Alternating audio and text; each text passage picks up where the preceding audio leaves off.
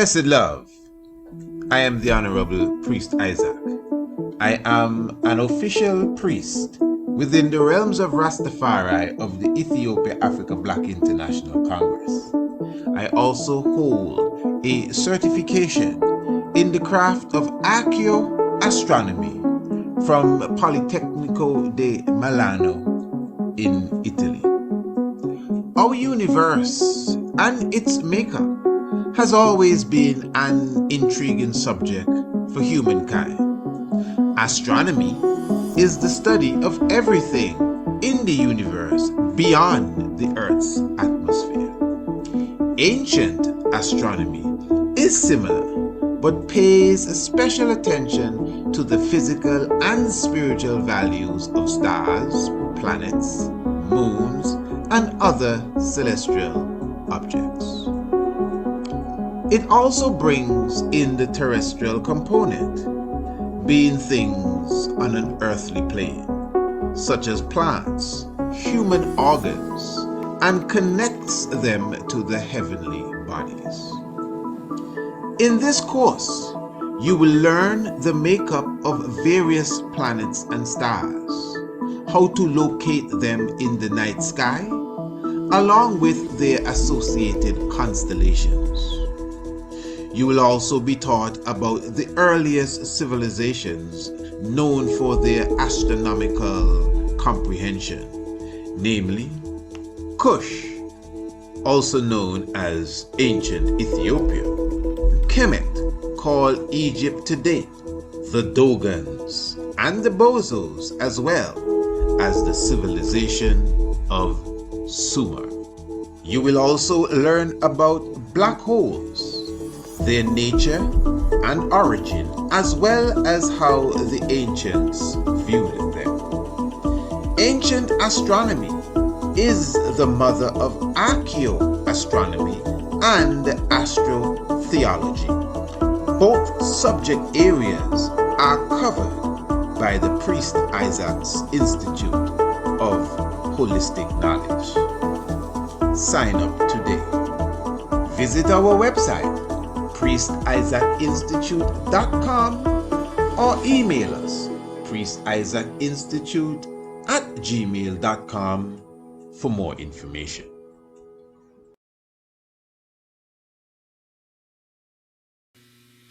Family. I mean that family.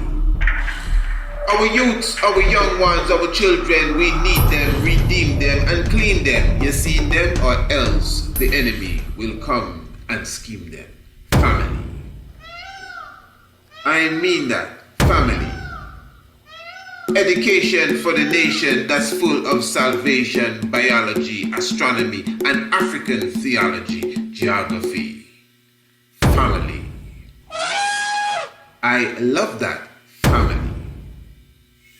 Whatever the age or the stage, that youth will be engaged with tutorials, activities, and videos from the studios of the Priest Isaac Institute of Holistic Knowledge.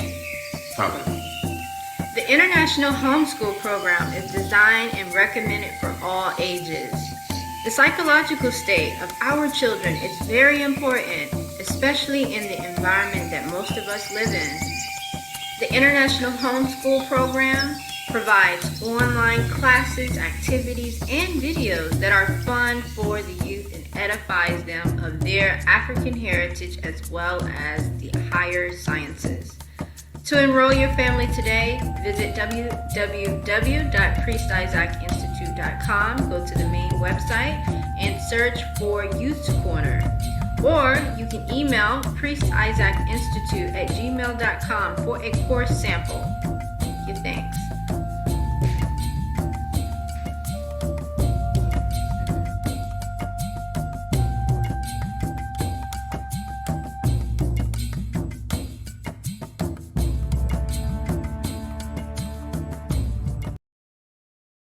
Emperor Haile Selassie I has a specific alignment with a little spoken of Kushite deity, Neter, known as a Pedimek. the conquering line hath prevailed. The Lion of Judah shall break every chain.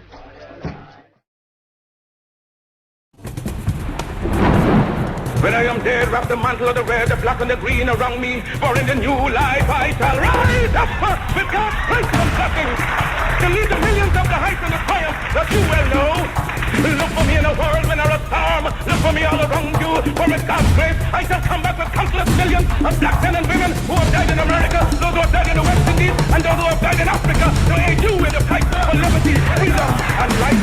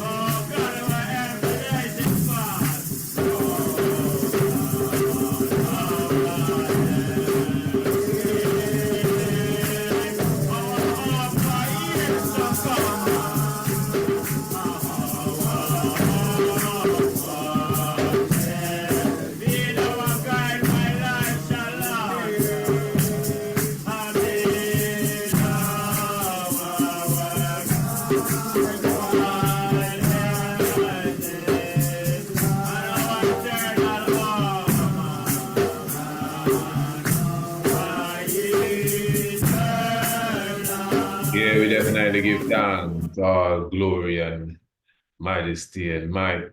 We say blessed love to each and every one. Of course, we definitely give thanks to the Father, adore, give thanks to the life giver and the keeper of life. The power and might of the Holy Trinity, Emperor Haile Selassie I. Of course, we are very thankful for your presence. And we represent the Ethiopia Africa Black International Congress Church of True Divine Salvation.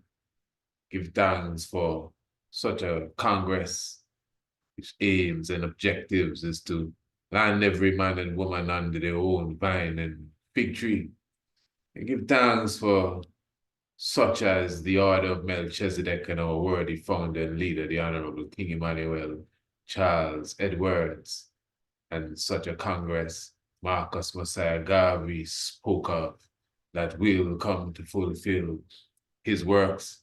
So I am very thankful to be in your presence, the Honourable Priest Shalom Isaac, at this moment, a moment of joy, and keeping in mind that it was 30 years ago,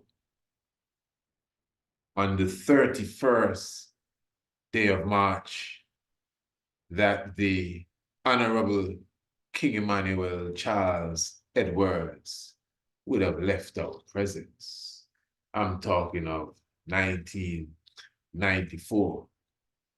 And what I would like to do, even at such moment as that is also 23 years, also to the very day that your good brother, Honourable Priest Isaac, was crowned a prophet, officially becoming a member of the Congress, but of course, hailing the prophet, priest, and king for some time before that.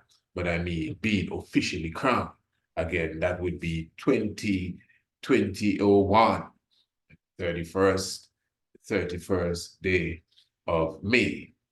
And of course, that would have been in the palace itself of the Black Christ, exactly 7 years after this very same anniversary we are speaking of, as he would have left our presence on the 31st of May, in that physical way that we know him, 1994. What I would like to do, and let me say before I go any further, we are going to be speaking of the divinity of the Honourable King Emmanuel Charles Edwards. It is necessary at this time for us to express to those who know and even to those who do not know exactly who we are dealing with when we speak of the Honourable King Emmanuel Charles Edwards. Now, this will be what is referred to as a reality check.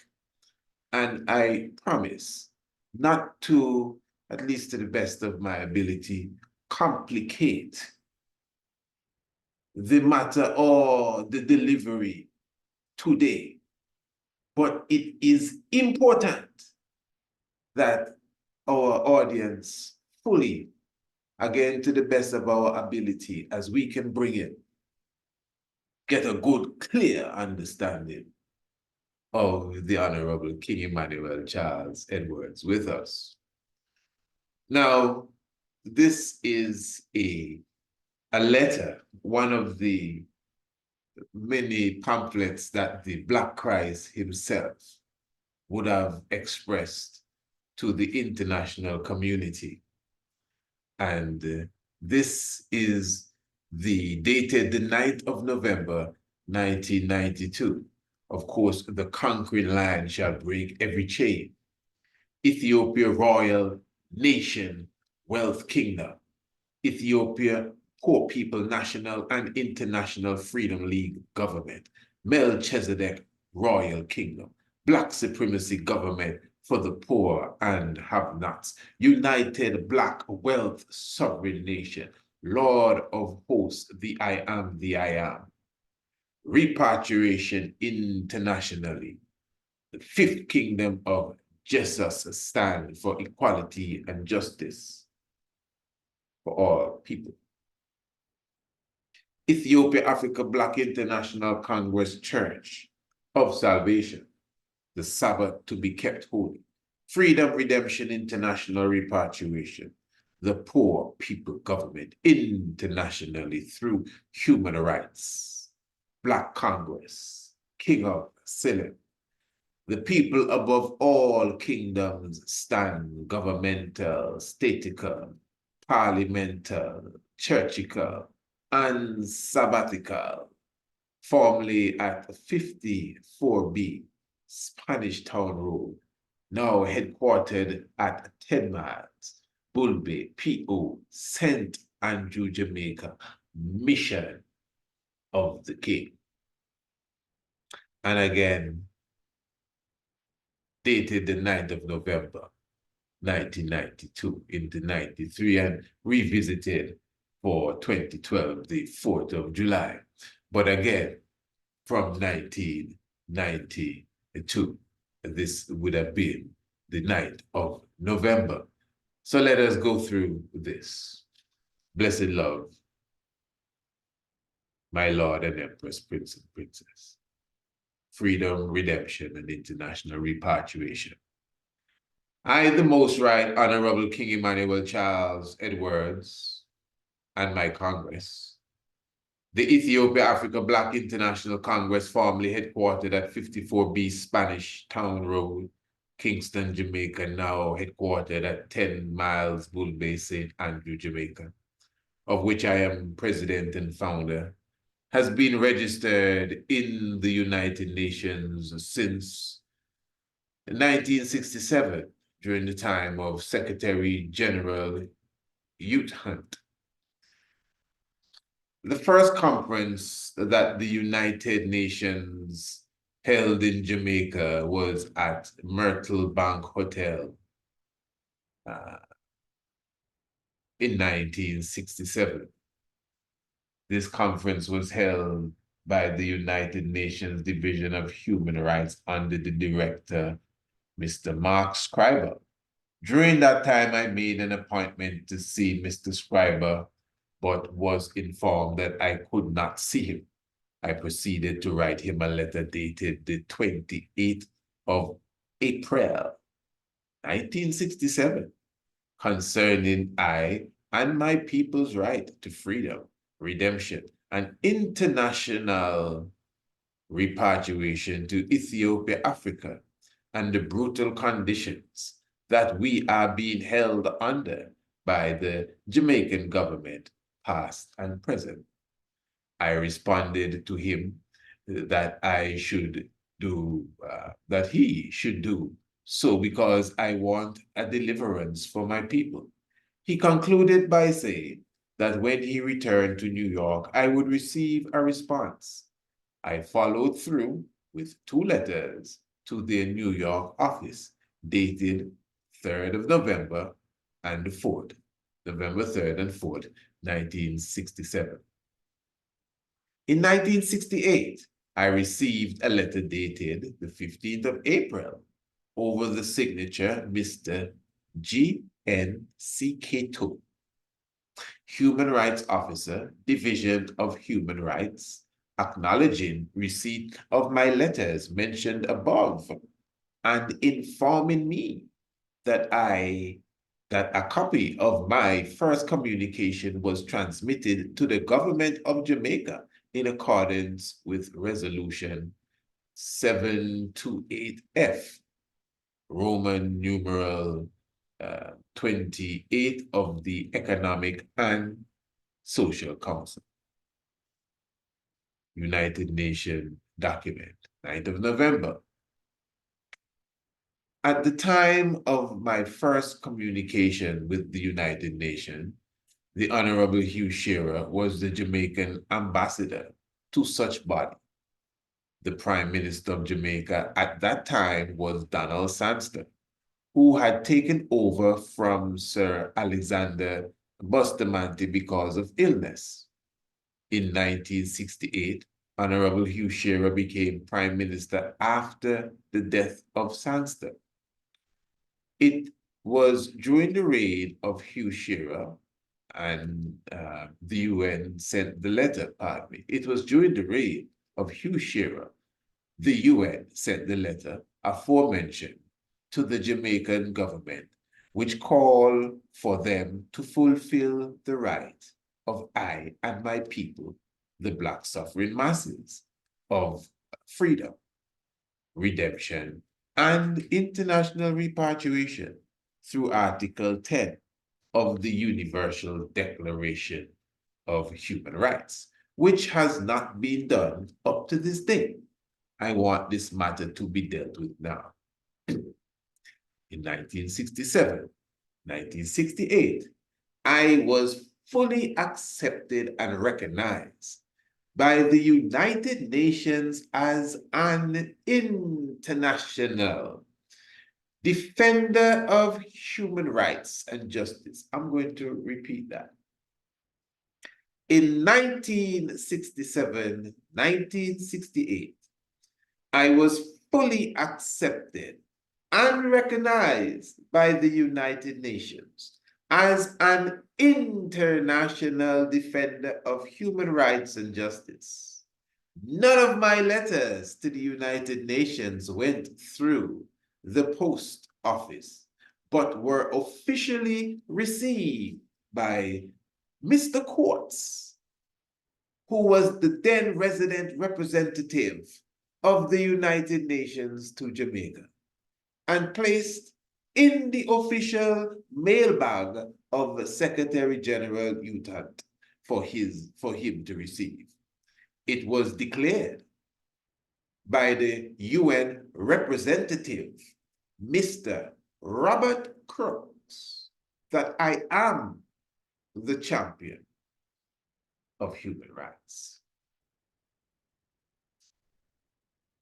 After Secretary General Utant received my communications, the United Nations told the Jamaican government to bring me up to the attention of the public as an international defender of human rights.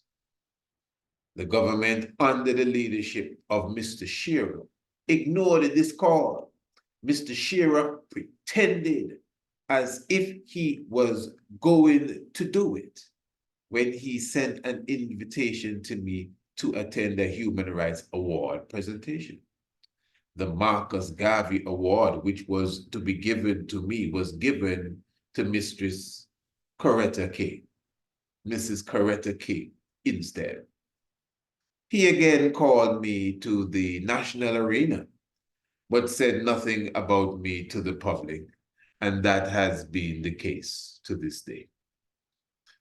The Jamaican government still continued to sabotage my right by breaking off my international communications with the United Nations head office in New York at the time when our brothers of the Organization of African Unity requested that I, Prince Edward, now King Edwards, be brought forth to work out the necessary details concerning the international repatriation of the Black African slave children in the West.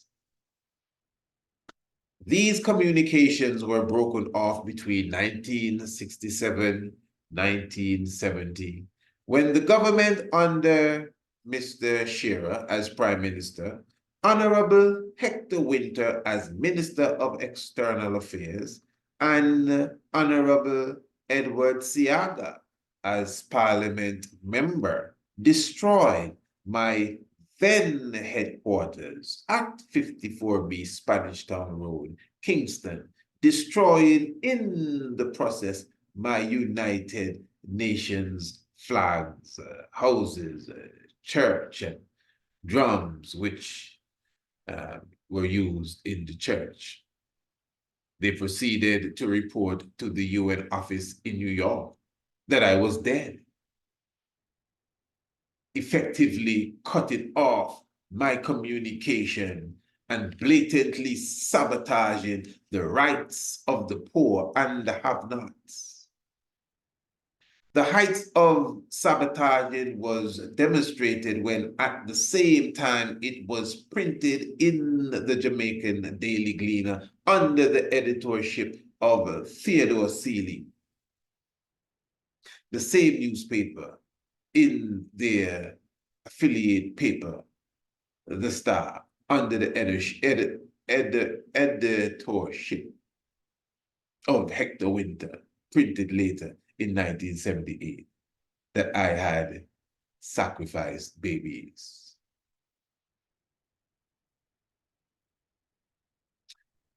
Through great skill and hard work, my communications with the United Nations was revived in 1981 during the tenure of Secretary General Javier Perez de Cilia, when Mr. Jacob Jory, the then resident representative of the United Nations, visited my headquarters at 10 Miles Bull Bay on August 27. When he saw the works that I was doing towards human rights, he told the congregation gathered that they were safe and that under my skillful guidance, they would reach where they are going.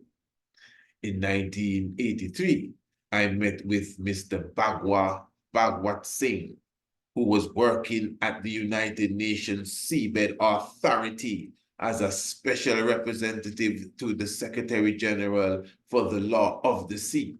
During our meeting, he said that all my documents to the United Nations from Mr. Houghton days were recorded. He further stated that when they were received, an emergency meeting was held to run through them, and everything was in perfect order. He concluded with the words that he would be returning to New York, after which I would receive documents from the UN. Those which I needed, I could keep, and those I did not, I could send back to them. I was also informed by Mr. Singh in a letter dated March the 24th, 1983, that he had received my letter dated March the 17th, 1983, on the subject of international repatriation, and that it would be subjected to the chief of non-governmental organization section, as well as to the Division of Human Rights at the United Nations headquarters in New York. No document has reached me from that time to now. When I met with Mr. Bhagwat Singh Honourable Hugh Shearer was then Deputy Prime Minister and Minister of Foreign Affairs, wherein he was in a position to stop anything coming to me, thereby sabotaging my efforts ever since my communications with the UN from the days when he was ambassador to the UN to now. He has always been in a position to sabotage my works, which he has used his portfolio to do. He was doing so from 1967 at the UN office in Jamaica at first, number 1 Lady Musgrave Road, Kingston. A secretary at the UN office by the name of Miss Edwards disclosed all my letters to the UN and those coming to me to Mr. Shearer for him to do whatever he wanted to do with. And I will revisit this letter before we seal this conversation. But I purposely began with this to bring, at least to those who may not know, a very human side of the Black Christ, a very diplomatic side of King Emmanuel, as ones would refer to him as the first diplomat amongst I and I as Rastafari. And as I said, we are speaking on a very deep level about the divinity of this man. How is it that he would have come into the picture? Even to I and I as Rastafari, that is really where I want to go. Now, as I said, there's a reason why I had to begin there. I mean, it is obvious. You just heard or read from a document that was not speaking religion, but that was speaking human rights and justice. And the Honourable King Emmanuel was just giving you a quick rundown of his little experience with the United Nations. And of course, you know, there's so much more that he could go into, but you got names. Mr. Bagwa Singh, Mr.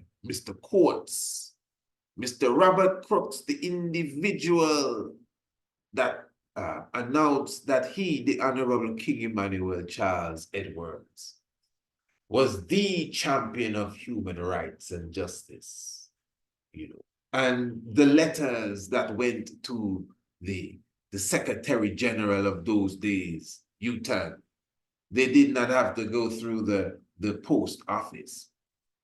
The resident representative would come and receive the letters. When these letters were received, we had emergency meetings over these letters, so said Mr. Bagwa Singh, even years after. And all your documents were reviewed and brought to this council and brought to this committee. And yes, they would have responded to the Honourable King Emmanuel Charles Edwards, although, as he would have just explained, he didn't always get a response. And he also explained why. Because of the sabotage that was taking place even within the government. All right. Yes, royal family, next level. So what is the God thing all about now?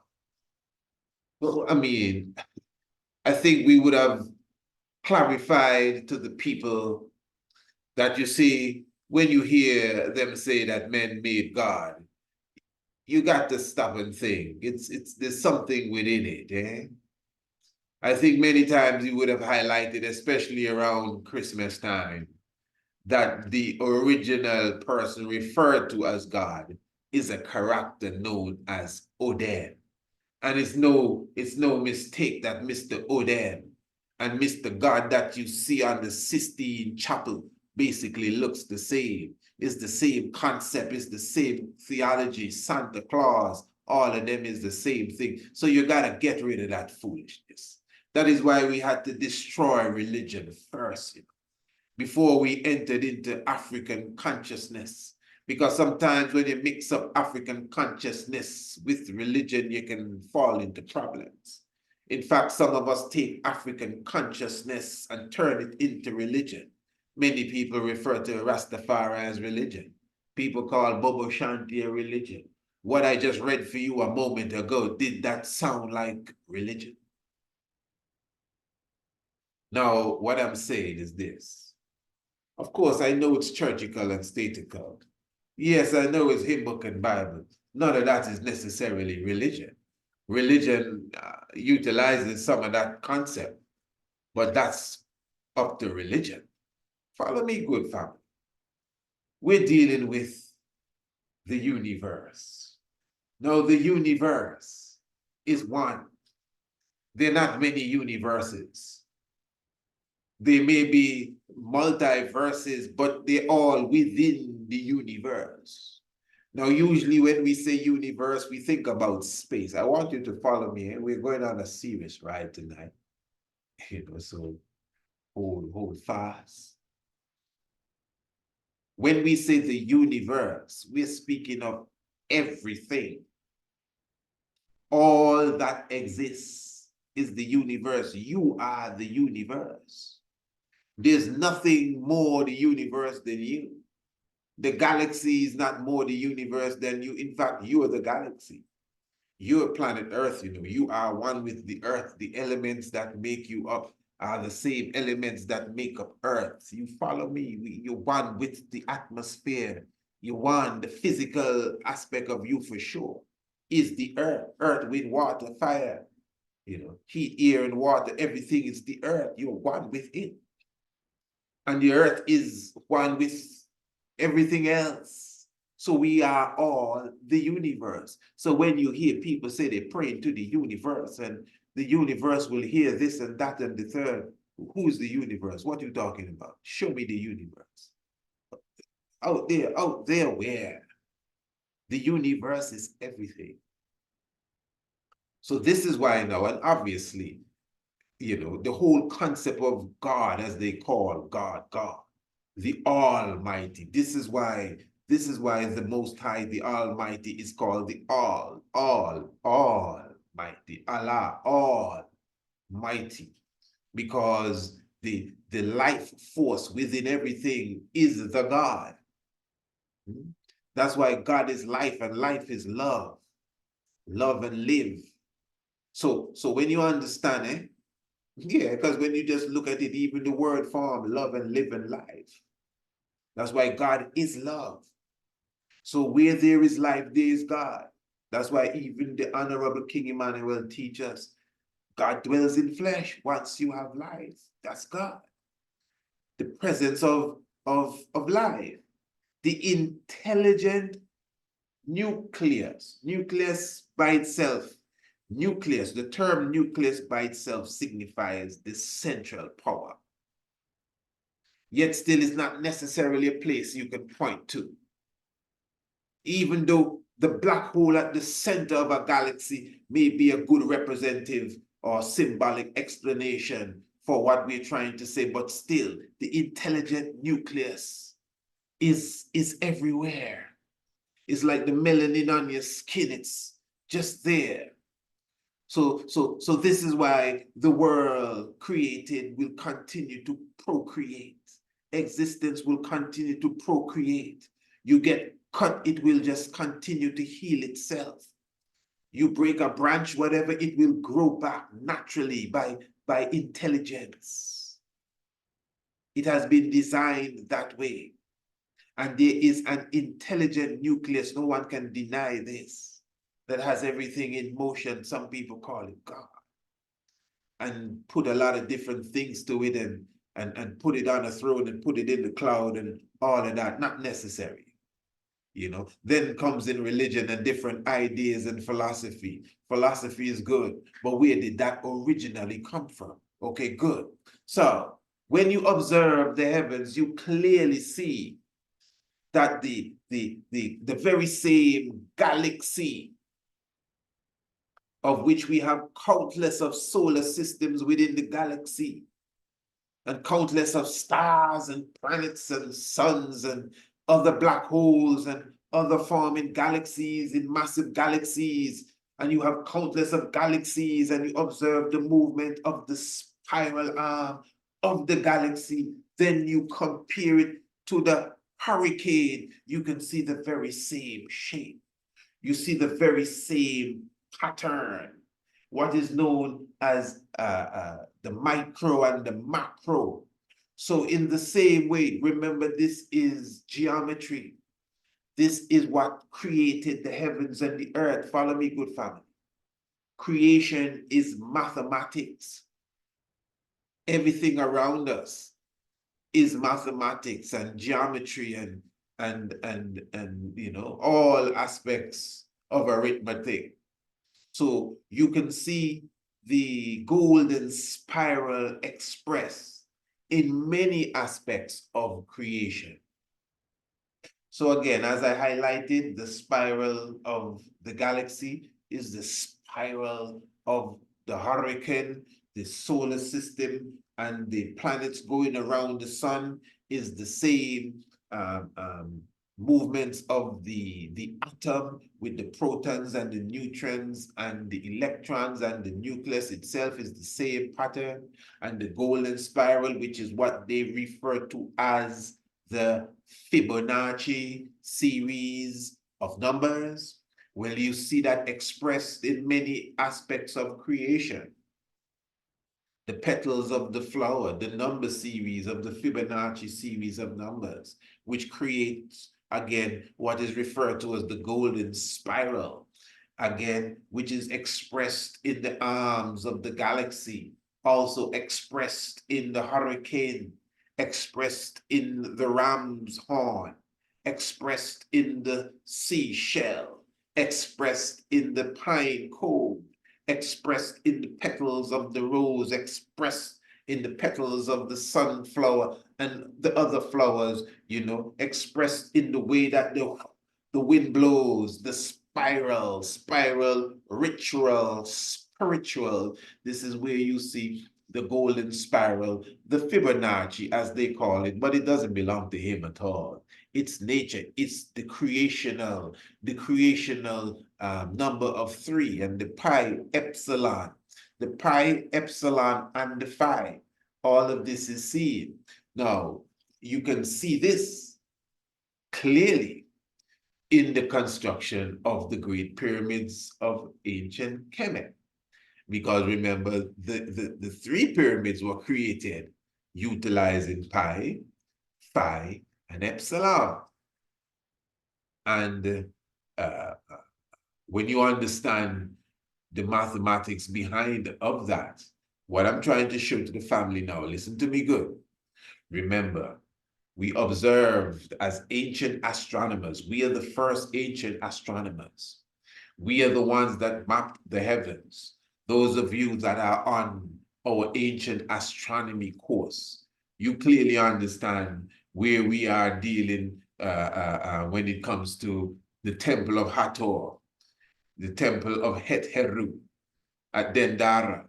When you enter the temple of Het-Heru, you already see the zodiac belt constellations in full order, in full arrayment.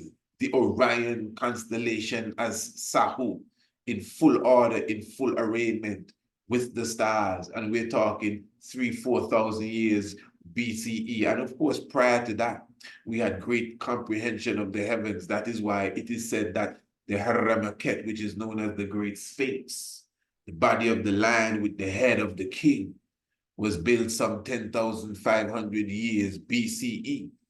To align with the age of Leo. So the point is, we had great comprehension of the the astronomical movements. It's called ancient astronomy. And this is why we could have already mapped the science of not only the heavens, but the earth. We already knew that the spiral of the galaxy was similar to the spiral of the hurricane. We already knew that the spiral of the hurricane and the spiral of the pine cone and that of the ram's horn and that of the seashell and that of the petals were the same. We understood the golden spiral, although we did not refer to it as the Fibonacci series because he wasn't even a thought yet. Nobody in his family was even born. Before we went into the Ice Age, we understood this science. That's the point I'm trying to show to the eye. That is why we created monuments to mirror. Follow this good, eh? That is why we created monuments to mirror the movements of the heavens, to mirror the science of the cosmos in the same way that the heavens would mirror the earth, in the same way as above, so below. We as human beings, the intelligent animals, the first civilized ones, created structure and infrastructure that basically would have given praise and worship to the heavens, to the cosmos. So this is why you see us creating monuments in the same Fibonacci series of numbers or the golden spiral. This is why these monuments are created to align with the movements of the heavens and these different things. Why? Because we understood the importance of connecting with what? The universe. So this is why the alignment with planets and constellations and solstices and equinoxes and full moon and new moon and all of these things and eclipses, these things are extremely important to the ancient world. That is how you communicated with the rest of yourself, which is referred to as the universe. So we created again, you know, the pyramids of Giza in alignment with the belt of Orion, or did we just naturally create it again with the science of the earth and it just happened to be in alignment with the belt of Orion, which is also created with the science of the universe? That's what I'm saying. Again, you see it there, right in the belt of Sahu or Orion. You're seeing the golden spiral. No one had to go and try to bend the belt so it could fit the spiral. The belt naturally begins with the curve of the spiral as it naturally aligns with the Great Pyramids of Giza, which you can clearly see incorporates the golden spiral in its makeup, because that is nature. And I will repeat again, we all know that the Great Pyramids are considered to be the wonders of the world. They were in the first 7 set of the wonders of the world. And when 6 of those wonders got crumbled to nothing, the Great Pyramid still stood and they created another 7 set of wonders, and the Great Pyramid is still there, and some of the other 7 are you know, endangered of becoming extinct. Yeah, because time and weathering is weathering them away. But the pyramids are still standing strong throughout the ages. Yeah, and they were built definitely. They're older than they want us to believe, and clearly mathematically sound. So when you observe even in other places of the earth outside of Africa, South and Central America, Teotihuacan, where you also have the pyramid of the sun, where you have the pyramid of the moon. Also, you see a similar assembly as it relates to sacred temples. But what is outstanding is that the complex at Teotihuacan is very similar to the makeup of the motherboard in many of the computers. You could literally see the literal electrical design when you observe some of these motherboards and see that it is perfectly aligned with that of the pyramids in, not just the pyramids, the complex in Teotihuacan. Of course, I myself, I'm not an electrical engineer expert, but when you hear the experts speak of it, in fact, when you take an aerial view of the site of Teotihuacan, not only the pyramids that are on the site, there's some little huts that stand out. And when you look on the computer inner parts, the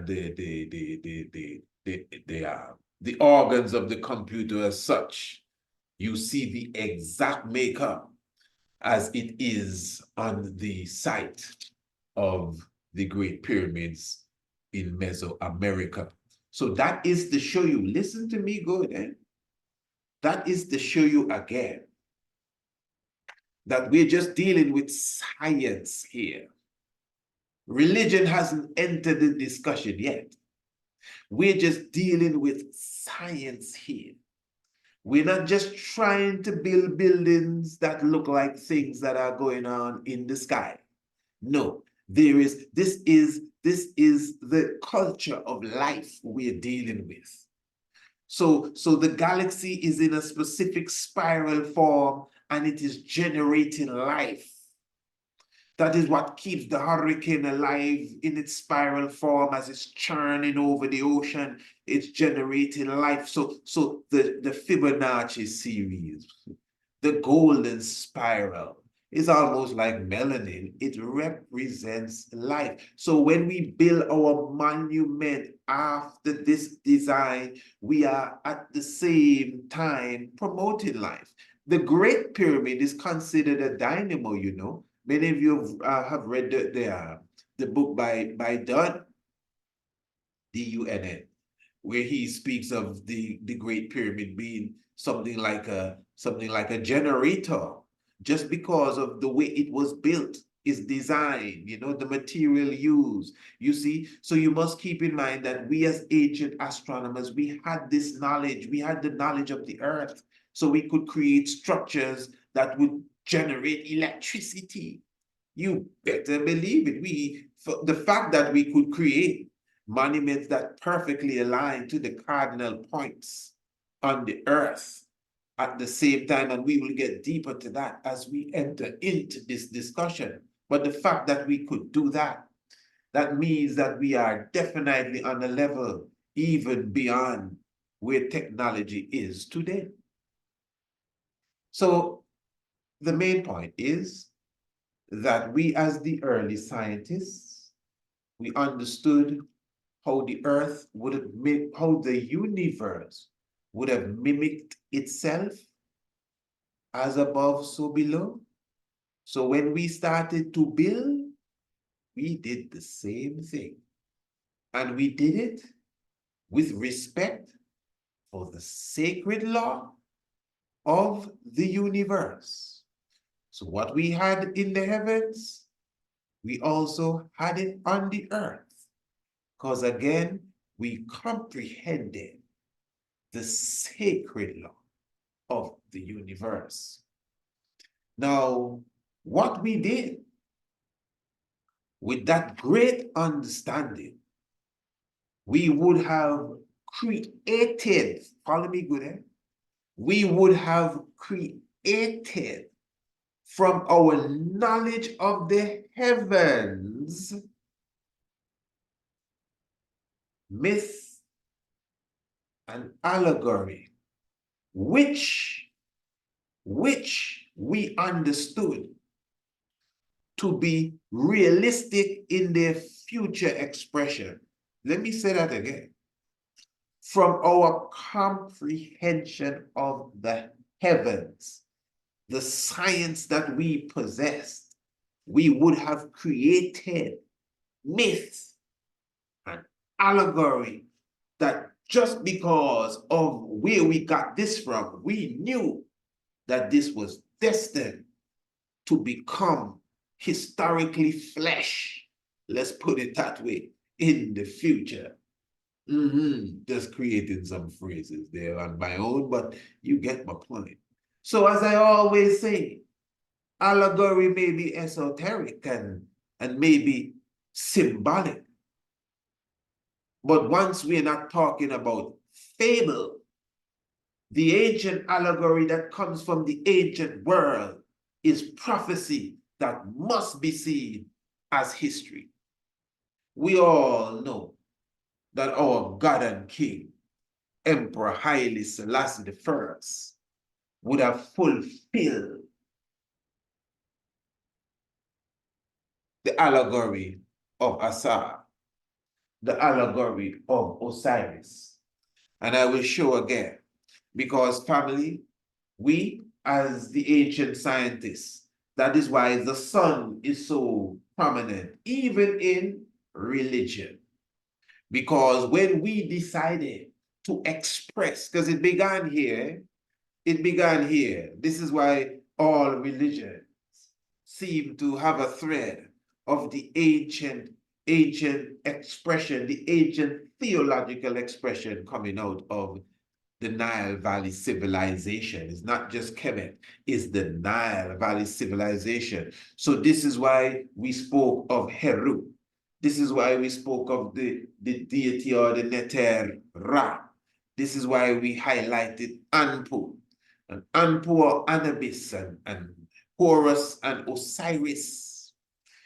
These three figures are who I'm going to highlight right now as a trinity form. Now let me just begin here with Anpu first.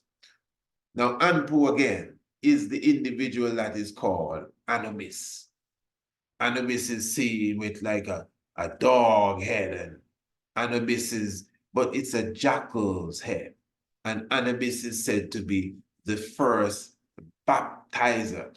He is the individual that came and would have baptized the royal gods according to the account. Now, so Anubis now, Anpu. This account is said here from EOTC.info. Follow me good. Anubis, John the Baptist.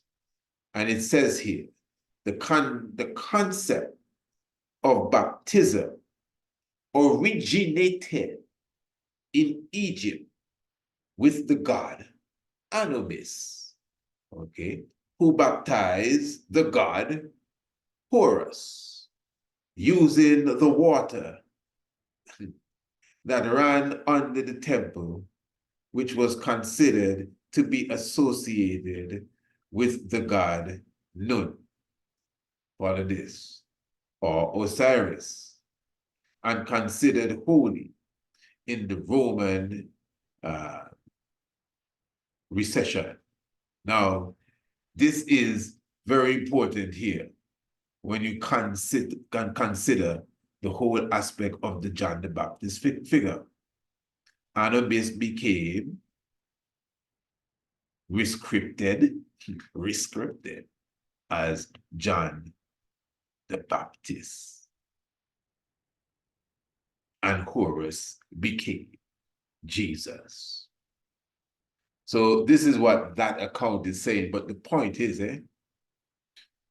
when you observe the Anpu, which they call Anubis, or Roman recension, pardon me, Anubis or Anpu is the first baptizer. Now, whoever they say he became and all of that, that's what they're saying. But the point I'm making here is that this individual in the ancient story, now keep in mind, follow me good, before we get to John the Baptist, let us keep in mind, we don't want to jump here and forget how we got here. We need to comprehend how we came to this point. We started with the understanding that the universe is one. We went into the understanding that the universe reflects itself in many, many, many different ways. And then we showed that in our heights of civilization, we started to express the universe in all that we created. whether it be structure, whether it be philosophy, whether it be buildings, whatever it was. And we knew that we were harnessing the power of life, the frequency of existence in one way or the other, for whatever reason we created these structures. And we also created stories. That is why all stories belong to Anansi. What does the Anansi story says? It says Anansi went up into the sky to meet the sky god. I think it was in Niamey, to get all the stories. So Anansi controls all the stories of the world. That is why every African dance portrays the movement of the cosmos. This is coming from the creation of our time. That's how we got started as civilized people. We understood our surroundings and we mimicked it. Basically, we mirrored it because that's what we see it did to itself. It mirrored its own self. So we mirrored it, and we were intelligent enough. We could be building these monuments that had so much alignments and so perfect that the temperature inside of the pyramid is perfect and all of this stuff. If we had that capability, we had to have had some understanding that we could create now a script, a storyline, a narrative that would teach us the science of the universe as well. Because the story that we speak of in ancient so-called religion is not just prophecy as well, you know, it's science, it's science. Even in the Bible, a lot of science is just right there sitting down, not being used by most, that's for sure. So again, you comprehend the science of Asa. He was born in Ethiopia. He became a man at the age of 13. That's Osiris I'm talking about, Asa. Although that speaks of Anpu, Anubis baptizing Horus, there's also other parts where it speaks of Anubis baptizing Osiris as well. And the same Asa or Osiris, a banquet was held for him, and 72 individuals came to this banquet, who also betrayed him and cut him up into 14 pieces.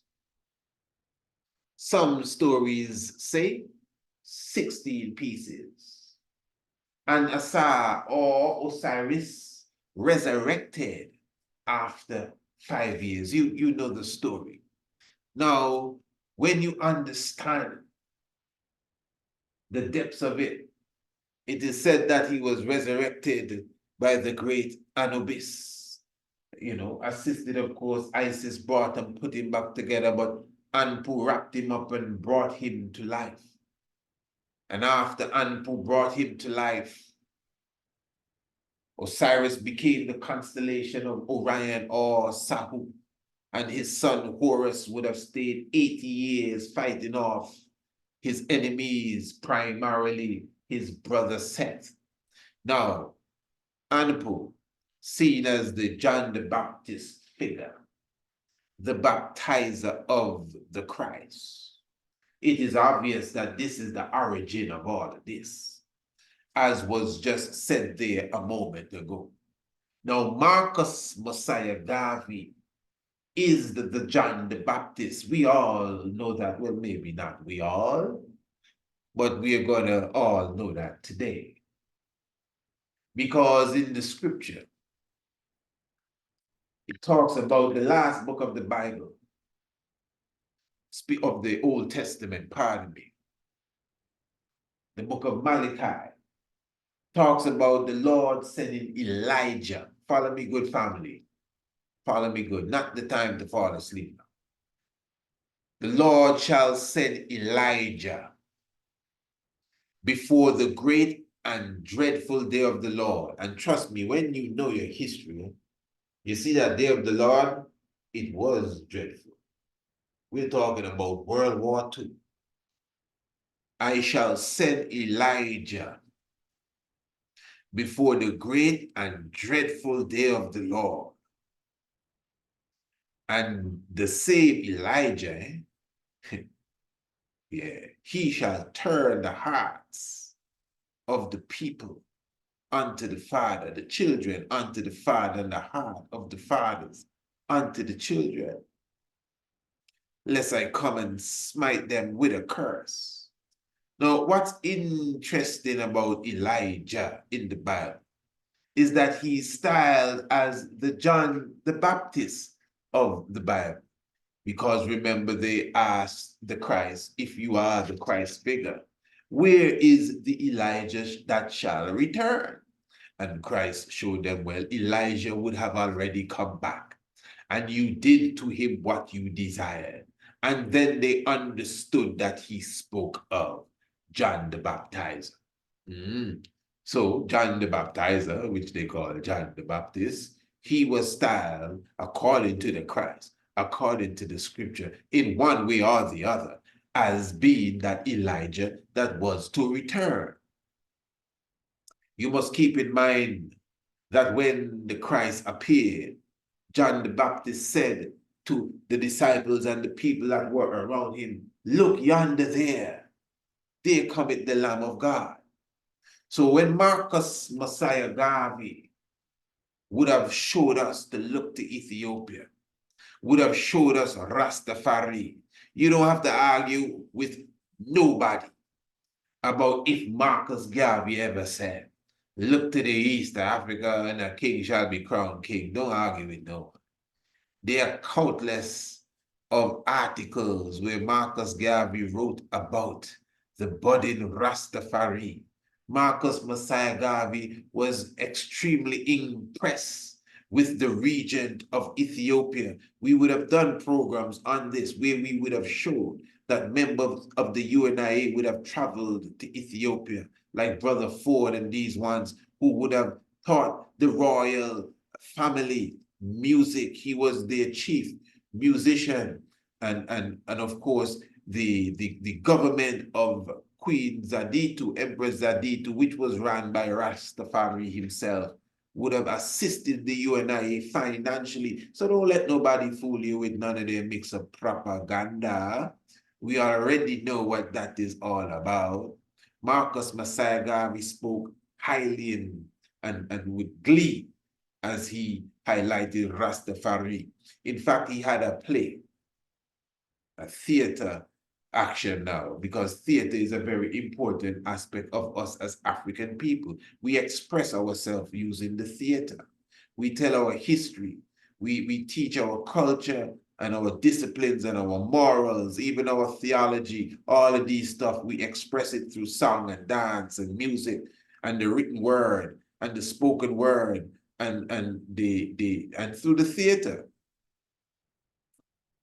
That's how deep we are. So when Marcus Messiah Garvey had a play in the theater, and he said that a king and a queen shall be crowned in Ethiopia, and that was just before the king and the queen was crowned in Ethiopia. That was just before the king and the queen was crowned in Ethiopia. So here is the Elijah that said, hey, look, you see the Lamb of God. This is the same Elijah, the same John the Baptist, the same Elijah that shall turn the hearts of the children unto the fathers. How can we prove that one? Because the black people, the Negroes as they were called, and they were called some other stuff too, they were literally just coming out of slavery. Remember, Marcus Messiah Garvey was born at the same time the time the butchers were cutting up the cake in Berlin, saying, well, you can take that part of Africa, and France, you take that part of Africa, and Britain, you take that part of Africa. Marcus Garvey was just coming out of the mother's womb to stand up for the African. Marcus Messiah Garvey was inspired by Booker T. Washington's book, Up From Slavery. You understand? But when Marcus Messiah Garvey went to the United States of America, what he observed there, there were many black people that were trying to do something for their people. But until Garvey came, there was not that strong movement of African people in the West until the establishment of the UNIA in the United States of America. That is why Marcus Messiah Garvey took out the wishbone and put in the djed, the bone of the black man and black woman. Marcus Messiah Garvey took them out of them overalls and the tear-up jeans and put them into military uniform. Had the black man riding horses. Come on. You ever see the Django? You ever see the Django? In the movie The Django, there is a scene when Jamie Foxx, the Django, was on a horse. And it was either a woman or a man looked out the window and said, "A nigga on a horse?" Yeah. So just imagine Marcus Messiah Garvey, yeah, in 1921, having one of these great parades in Harlem, and you have dozens of black brothers in uniform with swords on their sides, riding through the city on horses. If in the movie The Django, the woman was in shock to see a nigger on the horse,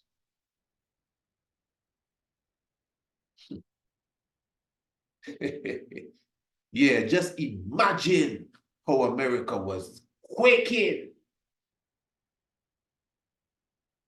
when Marcus Messiah Garvey was busting through. He shall turn the hearts of the children to the fathers. Because if it was not for Marcus Messiah Garvey, no one would want to have gone to Ethiopia to fight when Mussolini invaded Ethiopia in 1936. They would not even know about Ethiopia. Marcus Messiah Garvey is the one that came and taught us. He was our doctor. He was the first minister of education we really had.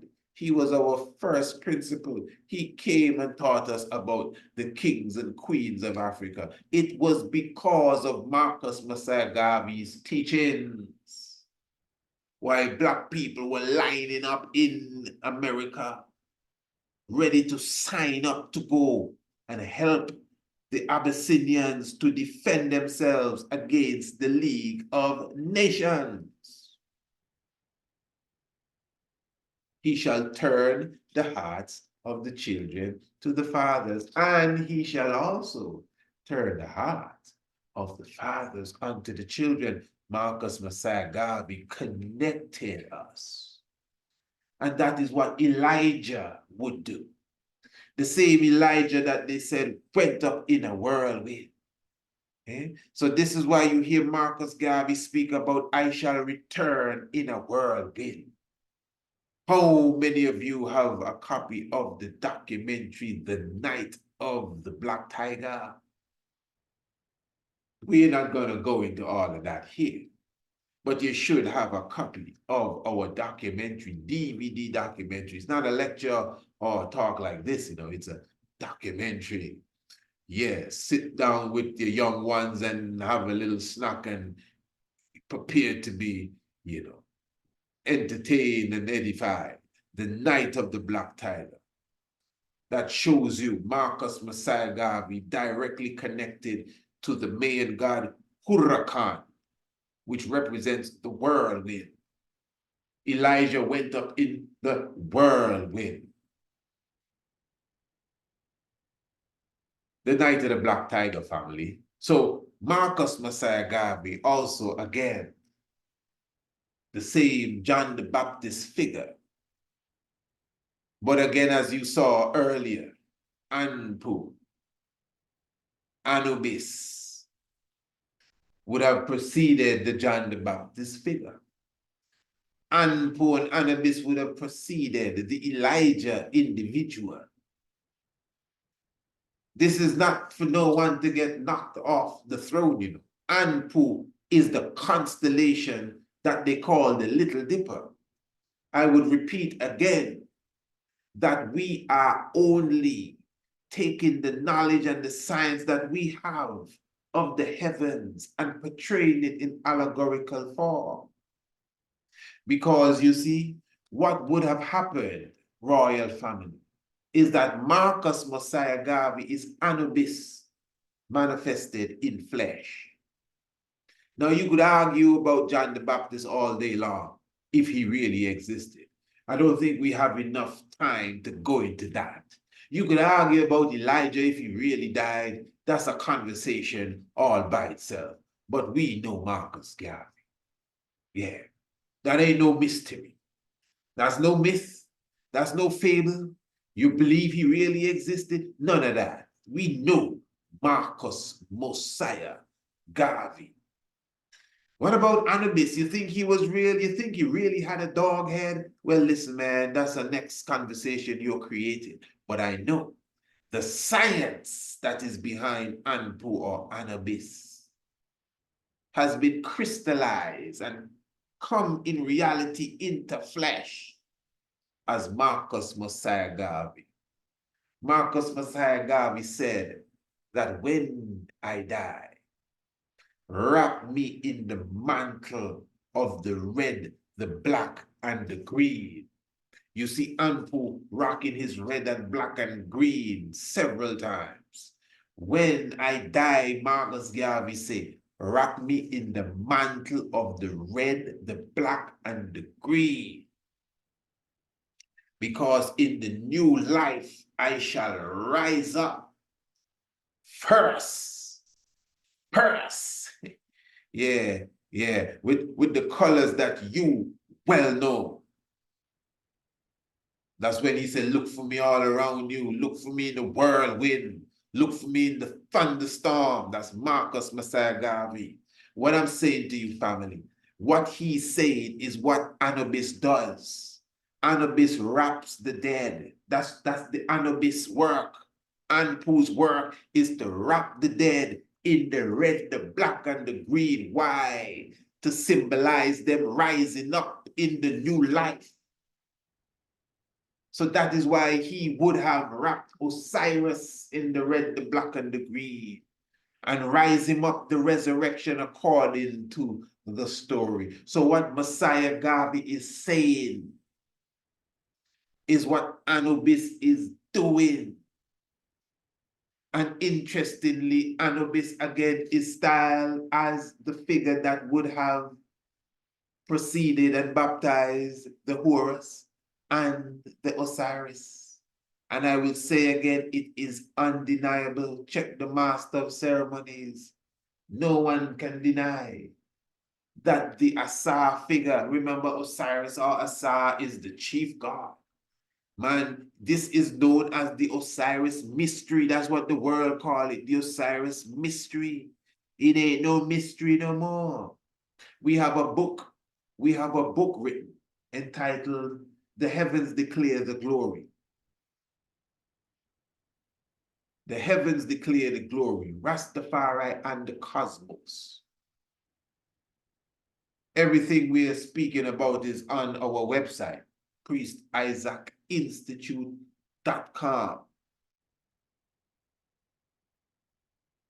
And even again, for those who would have observed the Master of Ceremonies documentary,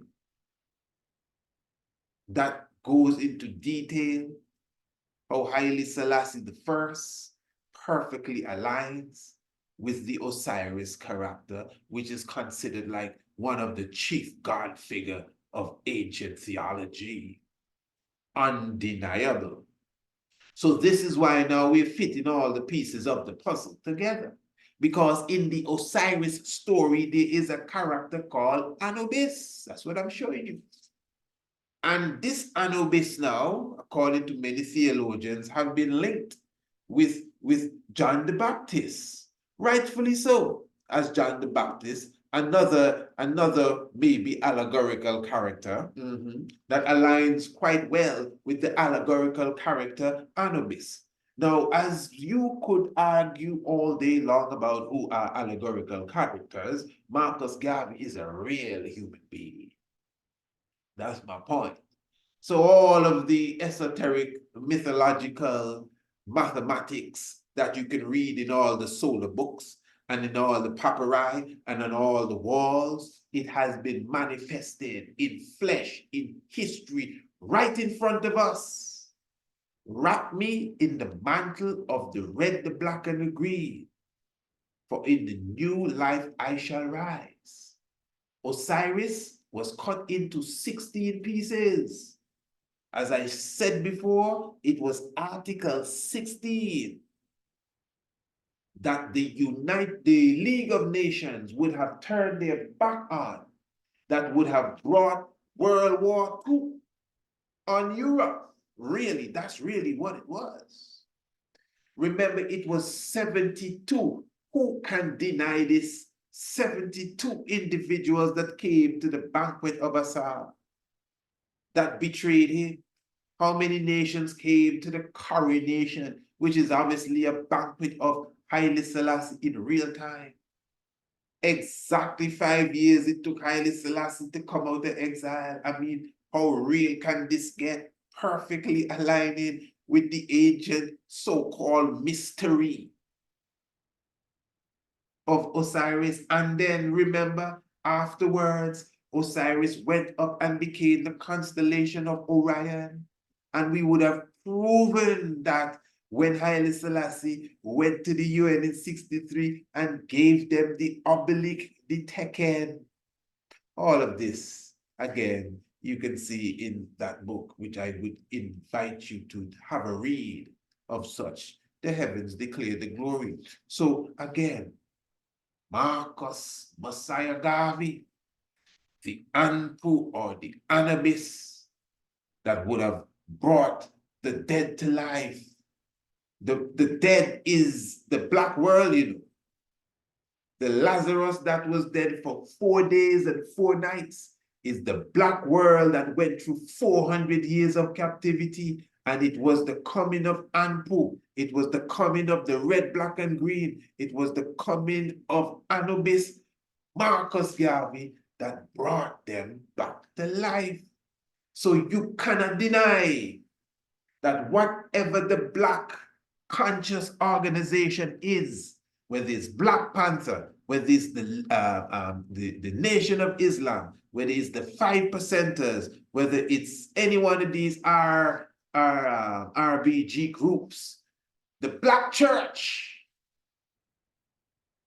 it is Marcus Messiah Garvey and his thrust and his impact that would have given all of them life. Am I lying? Elijah Muhammad was a member of the UNIA. His tactics, his FOI, Supreme Captain and all of that is Marcus Garvey. Straight up. Malcolm X, his parents, Garveyites. The Minister Farrakhan, his parents, the same. I'm just showing you. Anything that has to do with consciousness at this moment, even if it's conscious rap, Marcus Messiah Garvey, Rasta for sure, not deny it. Marcus Messiah Garvey is our father. You understand? Of course, in the realms of the King of Kings, yeah, we know who our father is. But Garvey is our daddy brother. Yeah, the first Rasta man is Marcus Garvey.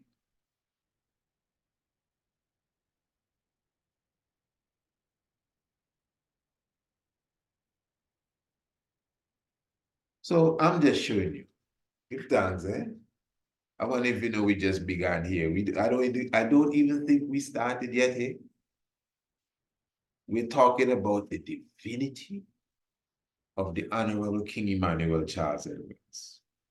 Even already, this would be too much for some, But no offense, those who this is too much for, it may not really be for them. Yeah, because there are those who want to learn the truth, the deep truth, the understanding of the cosmos, the mysteries of nature, is being unraveled here. That's why we began like that. We began, first of all, by showing you who King Emmanuel is as it relates to the UN. And then we just went into the universe. And here we are now with what is considered to be the most important story in theology. And its source, the Nile Valley, is said to be the source of religion in general. So let's break this down. So after Asa, Haile Selassie became Orion and he ruled over the north and the south, and he addressed the League of Nations and the United Nations, the only head of state to do that. Yeah. Then it says that his son, Horus, stayed 80 years fighting off Set, who is his enemies. Again, this has been set so that we as kindergarten students can understand the depths and the richness of the reality around us. So if Haile Selassie fulfilled Asa, which he did, and we have Marcus Garvey fulfilling the Anpu, which he did. The ancient history I'm talking about it. Ancient hieroglyphs I'm talking about. The Egyptian writings that everybody is into today is talking about Haile Selassie. The chief characters, Anubis, is talking about Marcus Messiah Garvey and Idi Amin. Anubis, yeah. Kente Mente, Waret. And Heru, or Horus, is King Emmanuel. Huh? What do you mean, huh? As if you didn't expect me to say that.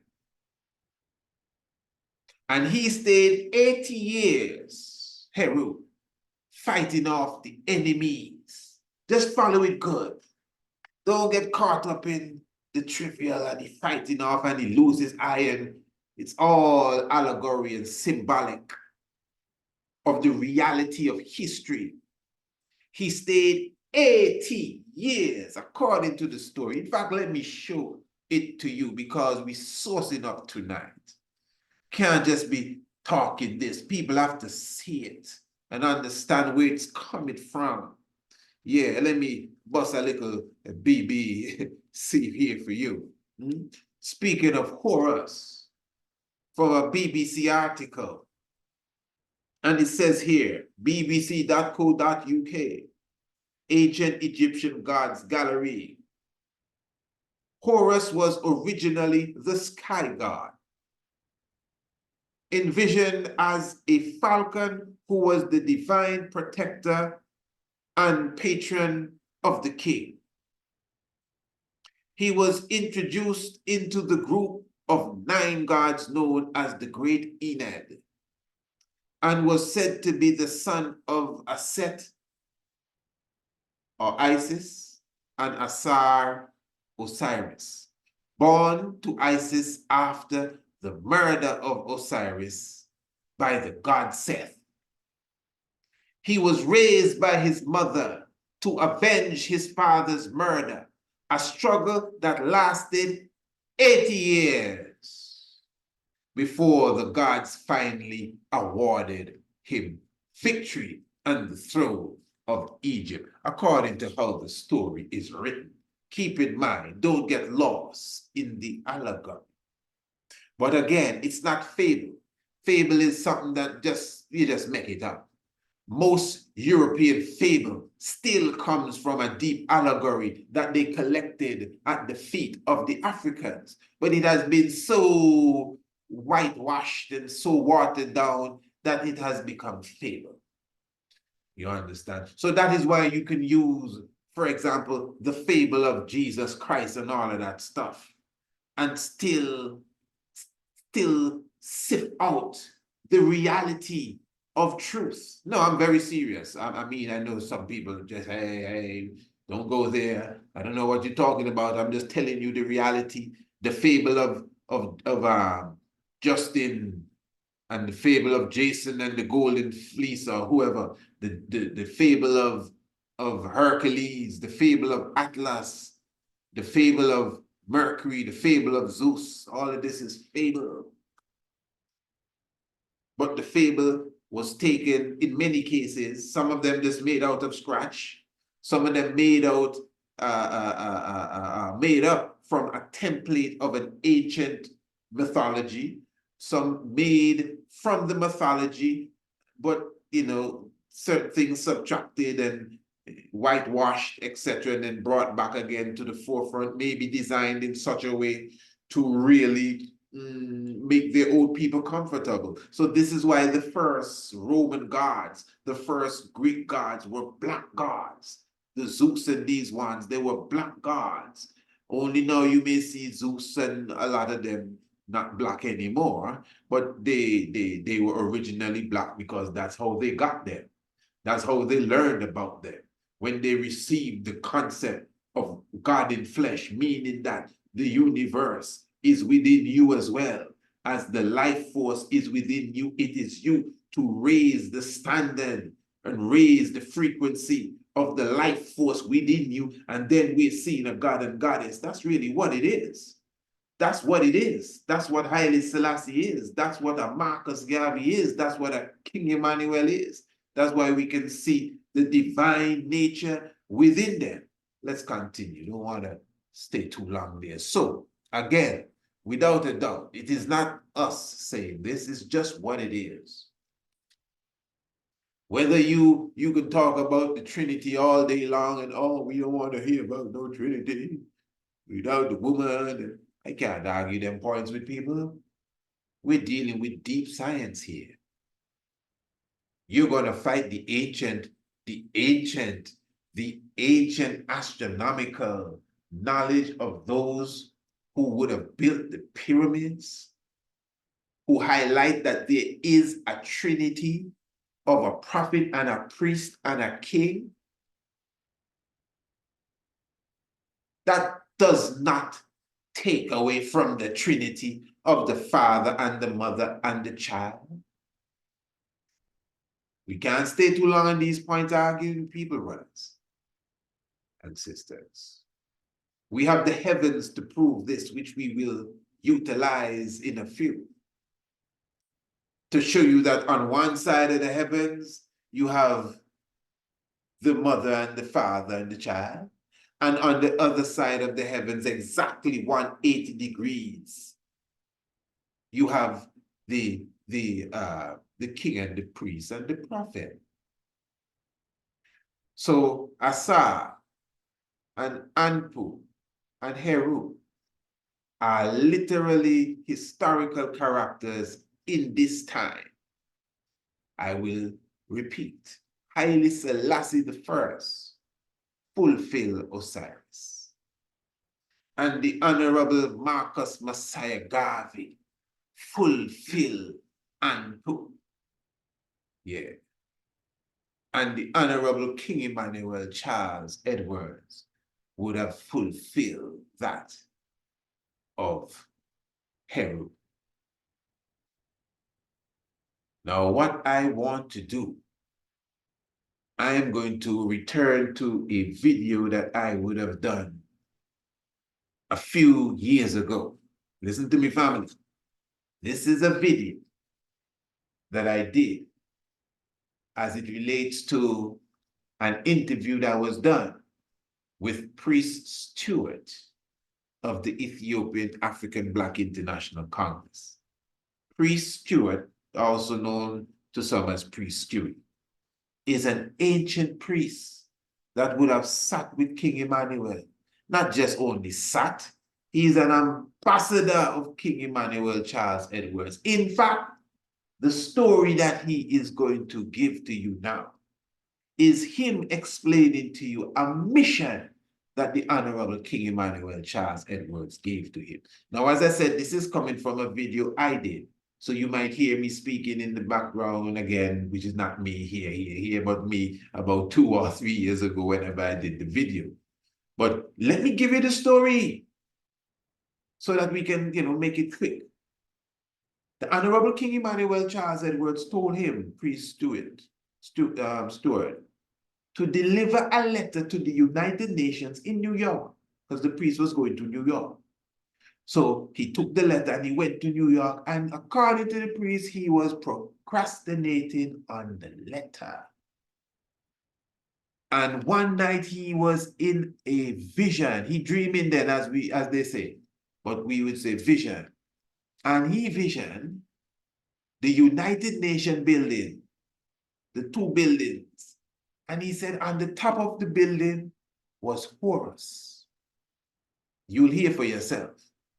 And he said Horus flew down and came right in front of him and asked him, why is he wasting time?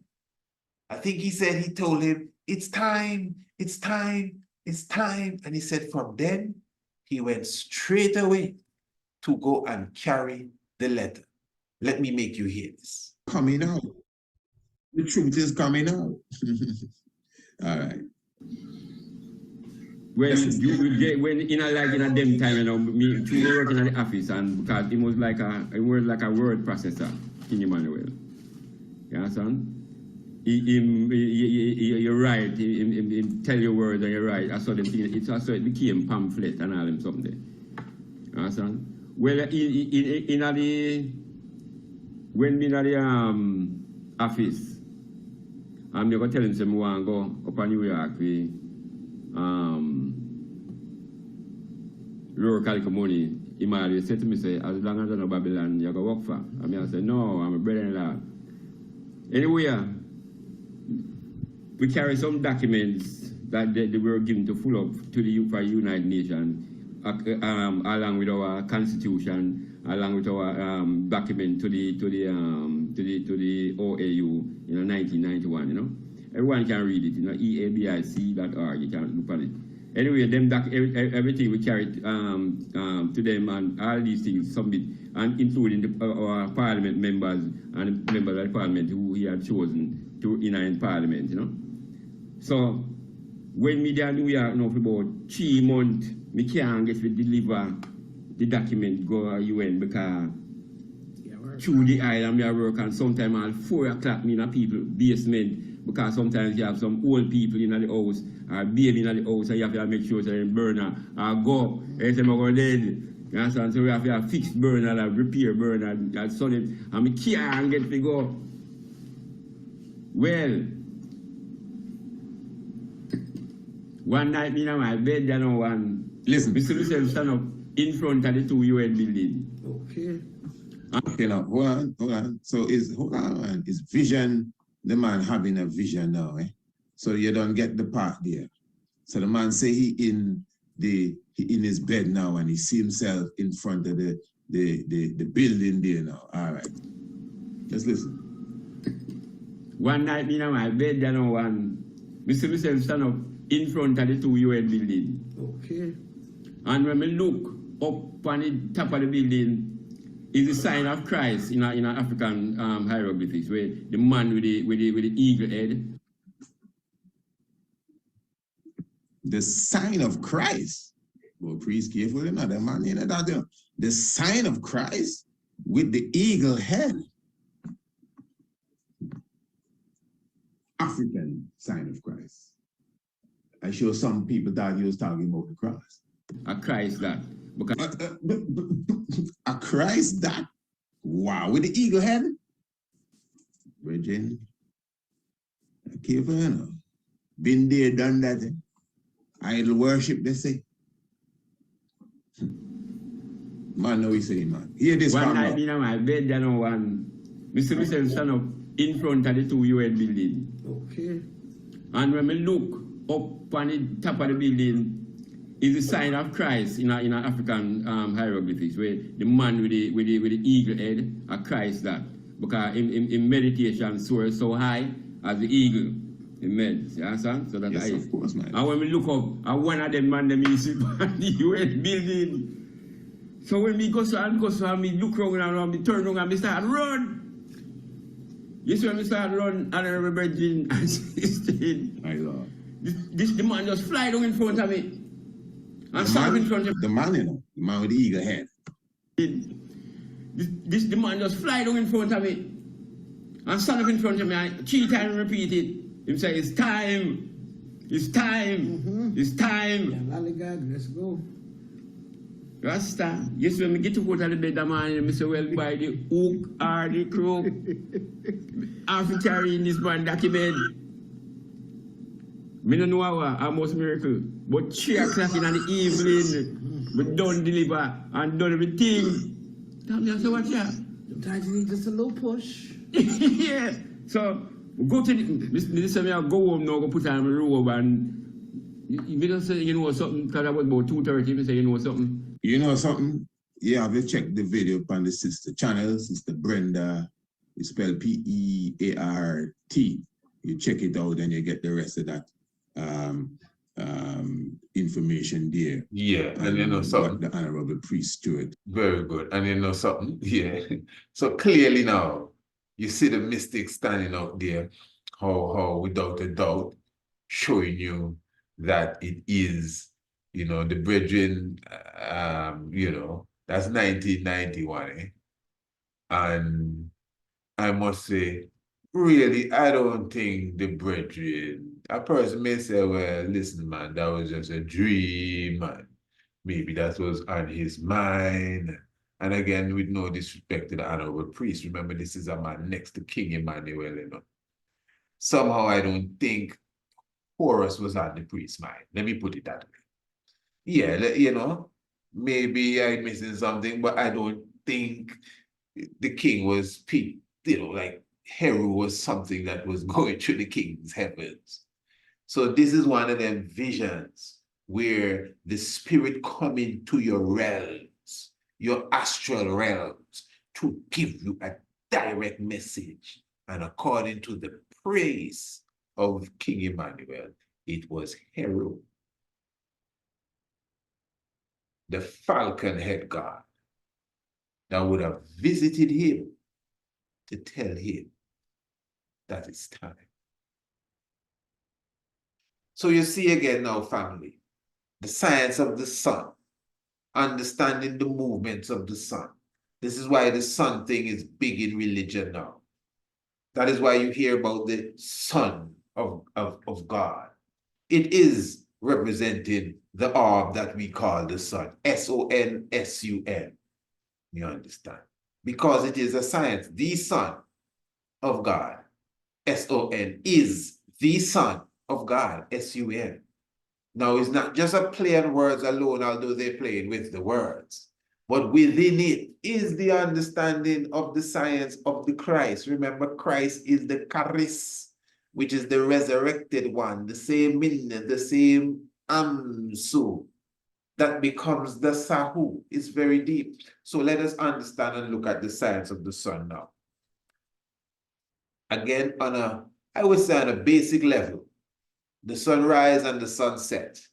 And we would say, well, you know, when the sun set, is symbolic of when he went into the underworld and he will come again in the morning. That is true.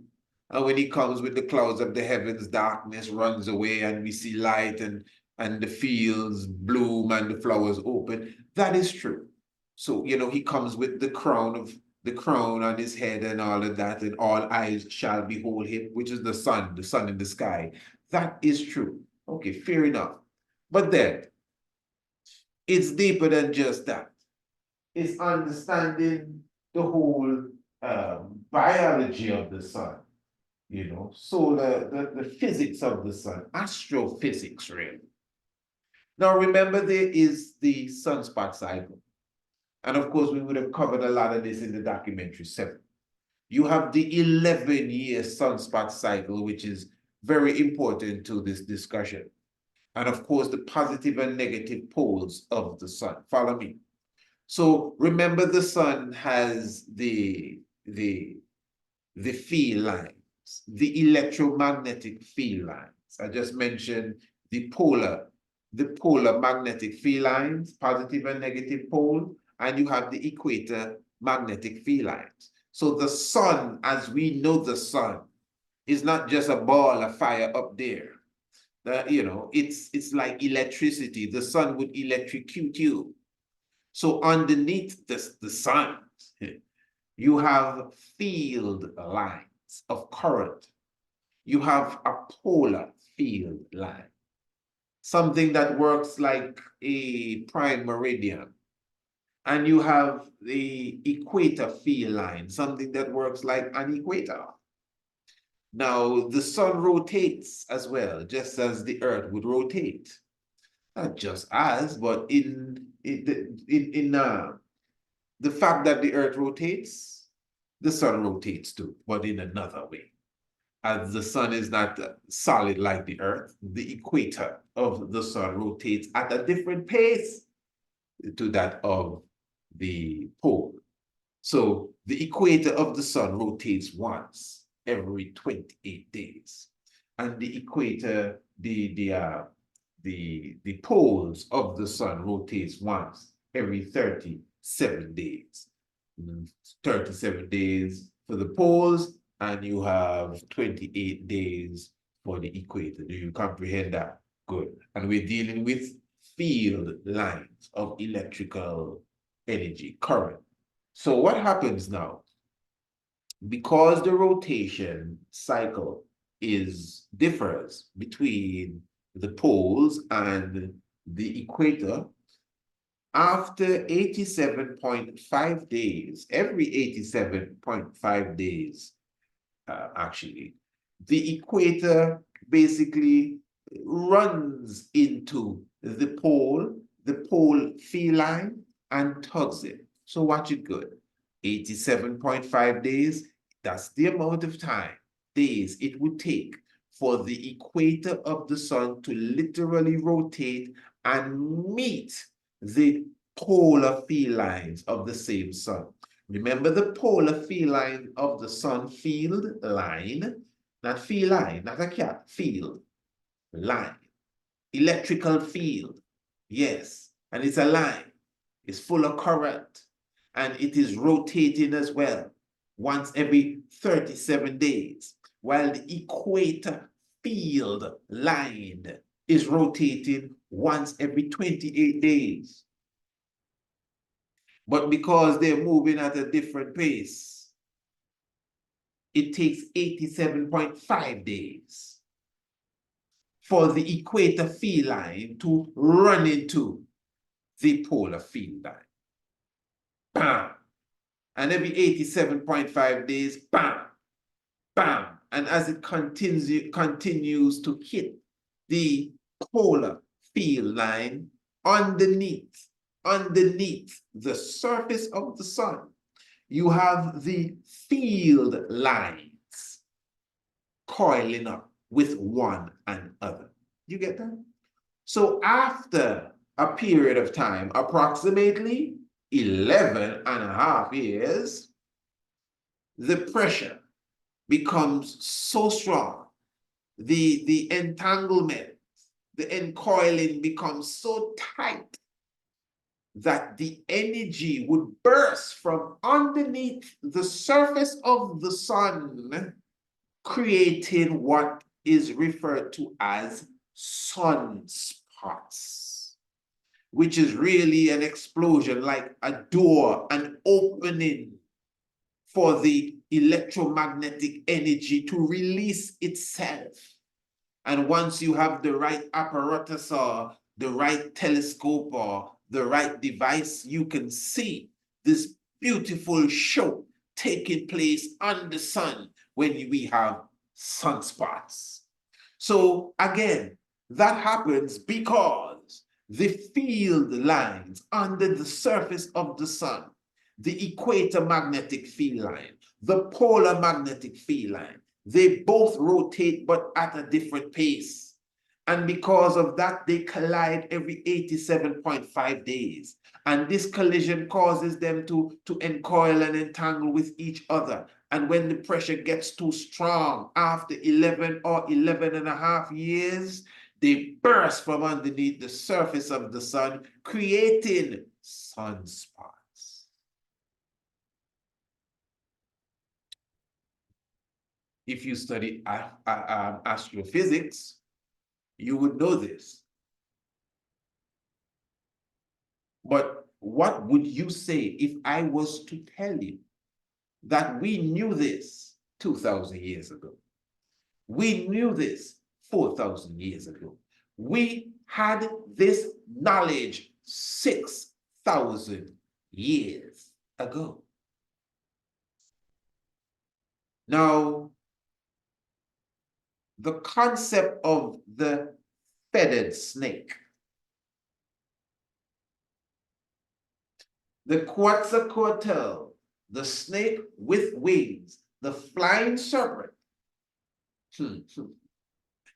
according to the ancients that would have utilized this concept, was that the feathered snake is the symbol of the sun. Listen to me good. The feathered snake is the symbol of the sun in a human form. Now, you may be saying, okay, we're getting close to religion now. Well, if you want to label it as that, it's up to you. But from my perspective, we are still dealing with science.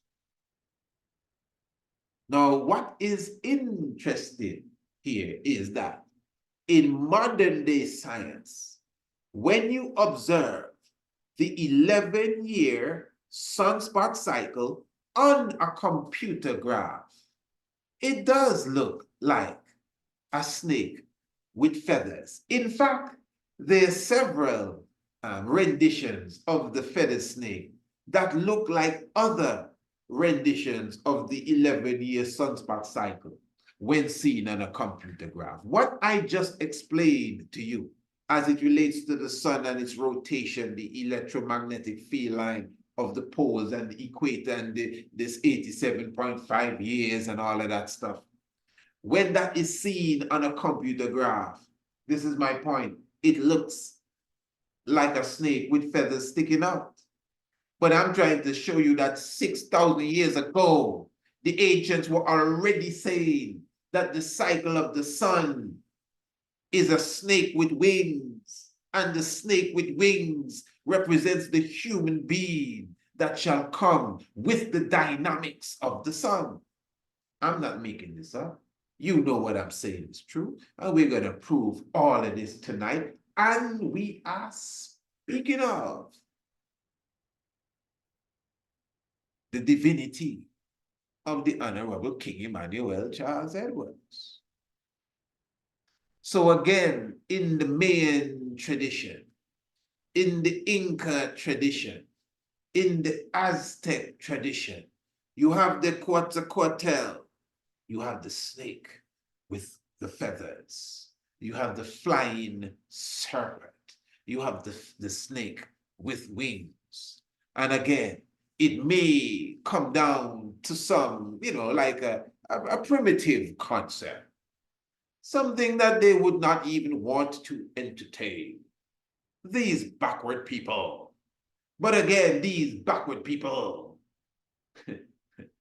have been speaking of an ancient science that has just been discovered by modern day technology.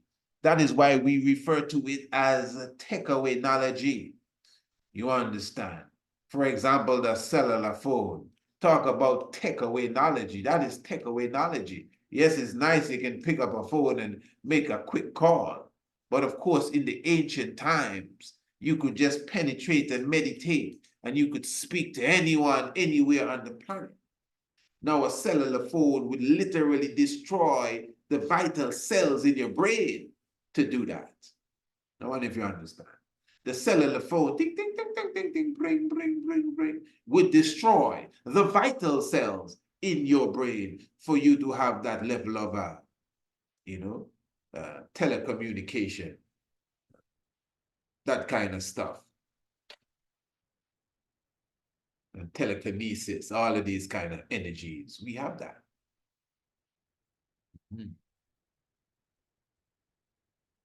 So we already crafted the snake with feathers. We already understood. And listen, it's not just by chance that we had the snake with feathers and it just happened to look like the 11-year sunspot cycle graph. We said that that's what the snake with feather was. It was the savior. Quetzalcoatl, the savior, the bearded man with the staff that came to save mankind. This is something else. So now in the Yucatan Peninsula, in the heart of the ancient kingdom of the Mayan people, we have the great city of Palenque, several hundred years AD now we're into. And Palenque, of course, the temple at Palenque belongs to the great king known as Pakal.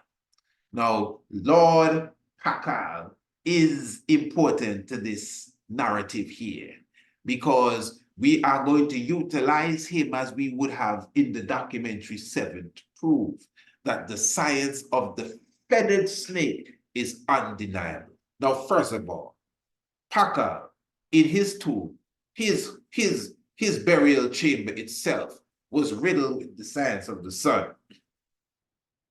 So, for example, when you went up the steps, you had 28 steps. I think it's 28 steps, 37 and 28. Then when you entered and you came down, you had 52 steps, which is also important. It represents the days or the weeks of the year. Everything is solar science. That's the point. 37 steps, 28 steps, 52 steps. You're just seeing the numbers that are related to what we just explained as it relates to what? The 11-year sunspot cycle. Follow me good. Now, Lord Pakal himself, he was buried with 3 figurines. He was buried with several things, but he had 3 figurines with him. What is known as the jade figurine of the ancient man. You also had the Olmec figurine made from a precious wood, and the other figurine with the high hairstyle also made from a precious wood. So 3 figures, an elder man, the Olmec looking man, and the man with the high hairstyle. The man with the high hairstyle actually has locks. You can actually see the 2 locks sticking out in the front. All right.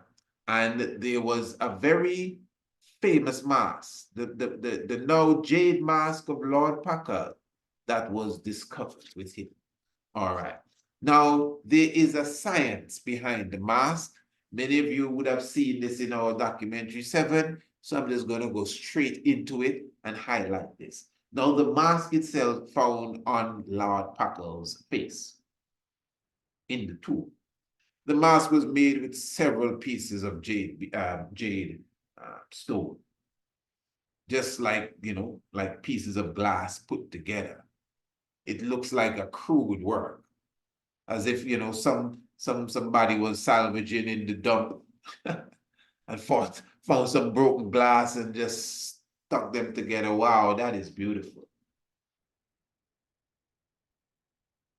And the mask represented, Lord Pakal. What stood out about the mask is that there were certain dots in the mask. Above the eyes, under the eyes, and the mask had a bead in the mouth. Now, when you take a transparent mirror copy of this mask, let me repeat, you're going to photocopy the mask, but it's going to be a transparent copy. So in other words, it's not opaque. You can see through it, but you're still looking at the picture. And it's going to be a mirror copy, so you could just turn it around because it's transparent already. You follow me? So you're going to have 2 pictures of the mask. When you put these 2 pictures together, Now keep in mind, remember this mask was created maybe 1700 years ago. Eh? Pieces of jade stone put together and put on the face of Lord Pakal, the elder king. Now, Lord Pakal came to the throne at the age of 9, but he lived and he died at the age of 80, Lord Pakal. Oh, okay. And they put this mask on his face.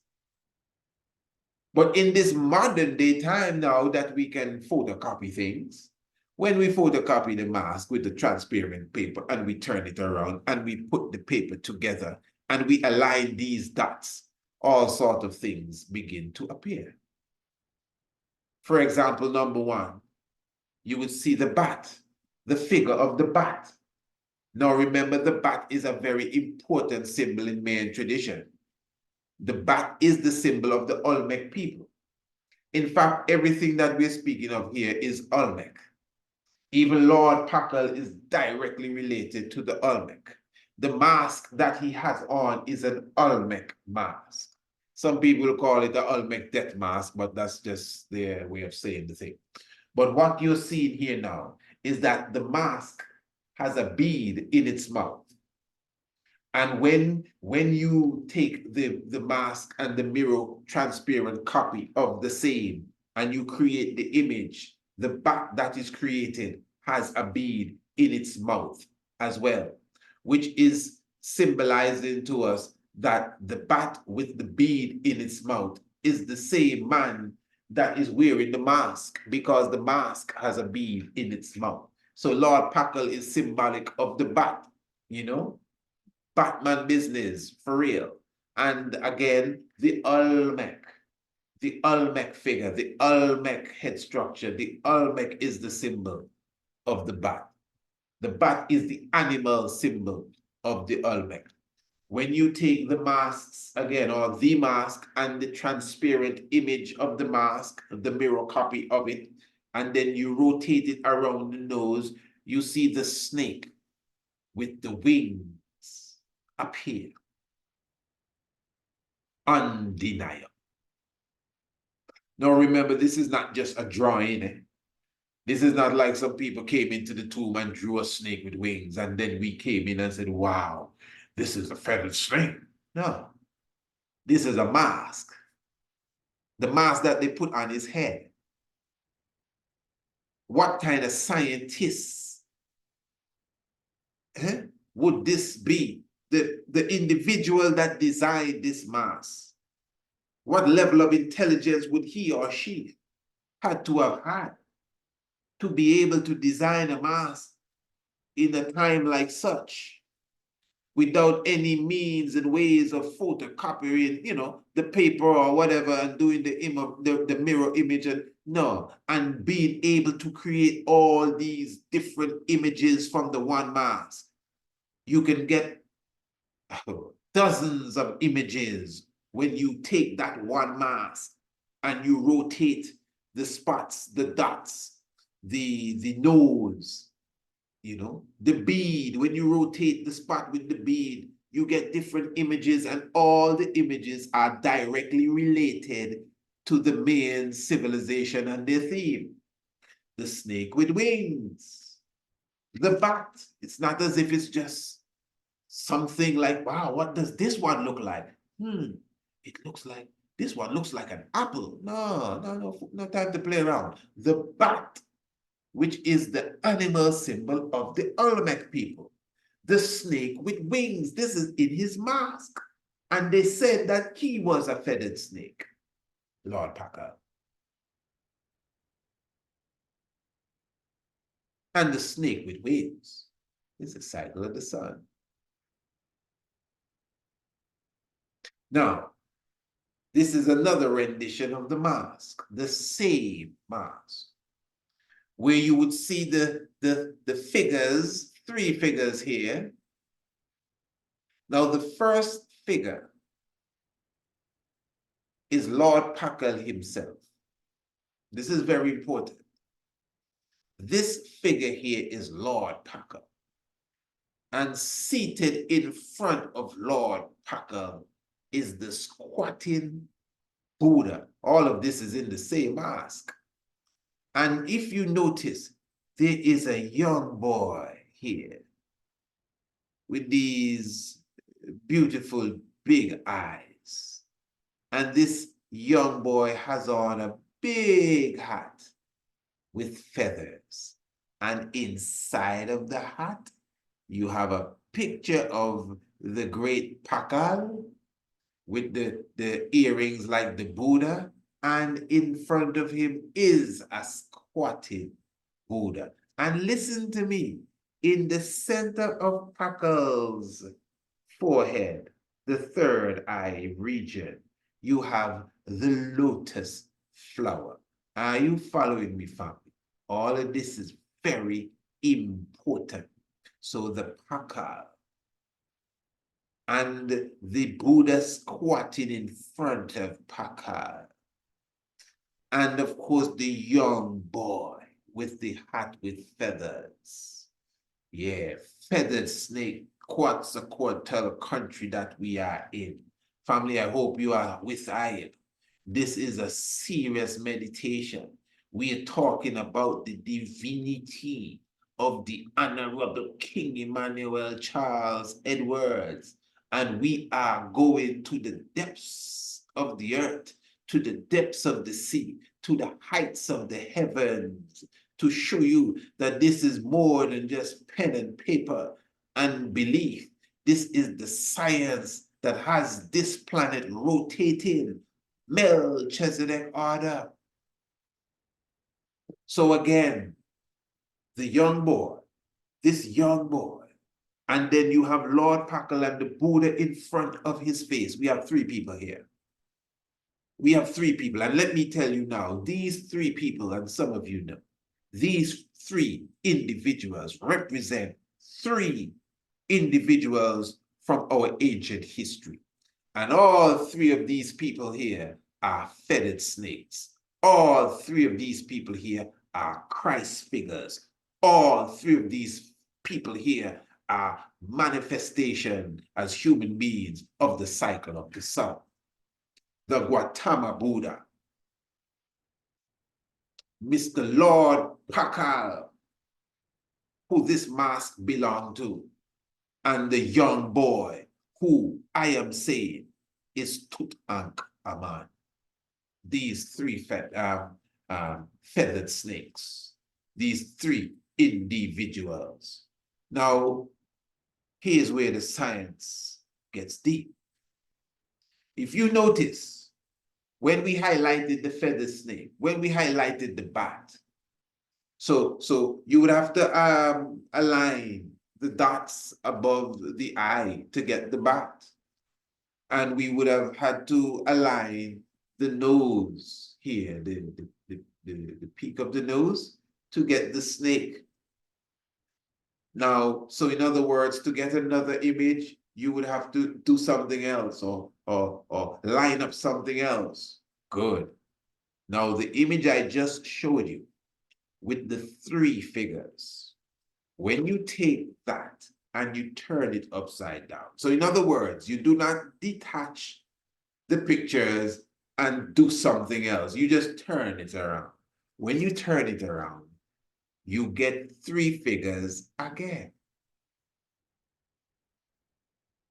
Family, please don't take this lightly. We need to stop playing around because none of us can deny this science here. I don't care how much religion and book and this and that and this is what we believe and I'm not an African and Allahu Akbar, all of that stuff you can come with all day long. You cannot deny what's being shown here. We haven't even reached anywhere yet. When you turn the same image around, you get three figures again. Now, the Olmec figure, the clear, precise Olmec figure has entered the arena. That's him here.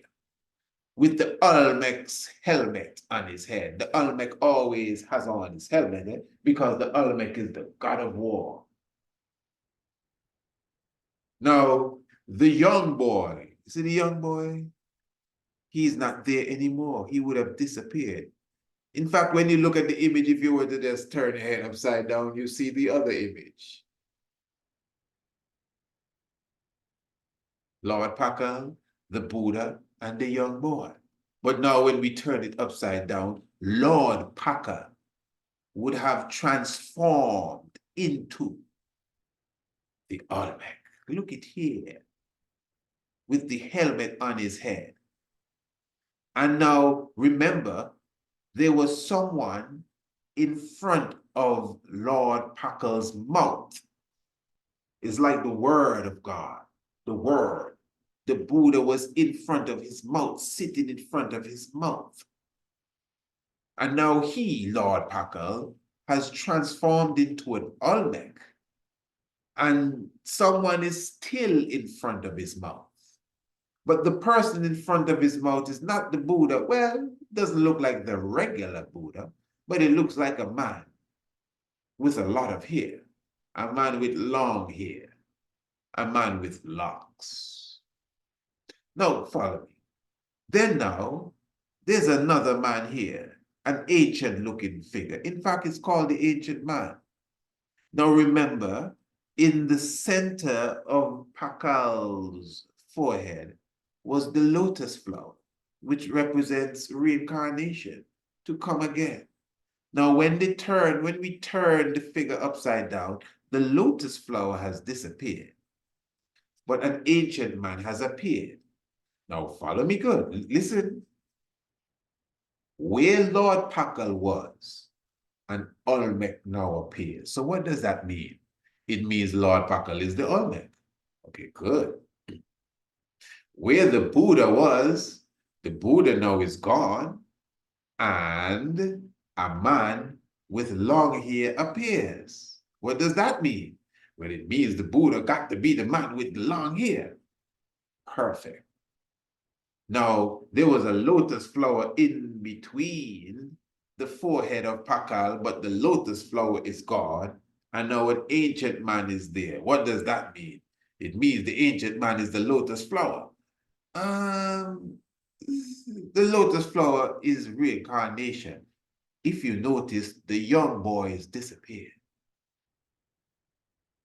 The young boy is gone. So now, the ancient man represents the young boy. The ancient man represents the Tutankhamun. We will show you all of that without a doubt. So, the Olmec, the helmet, you can see the Olmec figure always has on his helmet. The Olmec is considered to be the god of war. The Olmec represents the ancient warrior, Shaite Kotle, also Kulkat Khan. The Olmec is Marcus Messiah Garvey, as we would have showed you earlier, because the Olmec is the forerunner. In the mythology, the Olmec comes before the feathered snake as such. The Olmec comes before Quetzalcoatl. He is the one that is the forerunner, the harbinger, just like the John the Baptist, just like the Anubis. But remember that the Olmec is Anpu, because Anpu or Anubis is directly related to the bat. The Mayan bat is the equivalent of the Egyptian Anubis.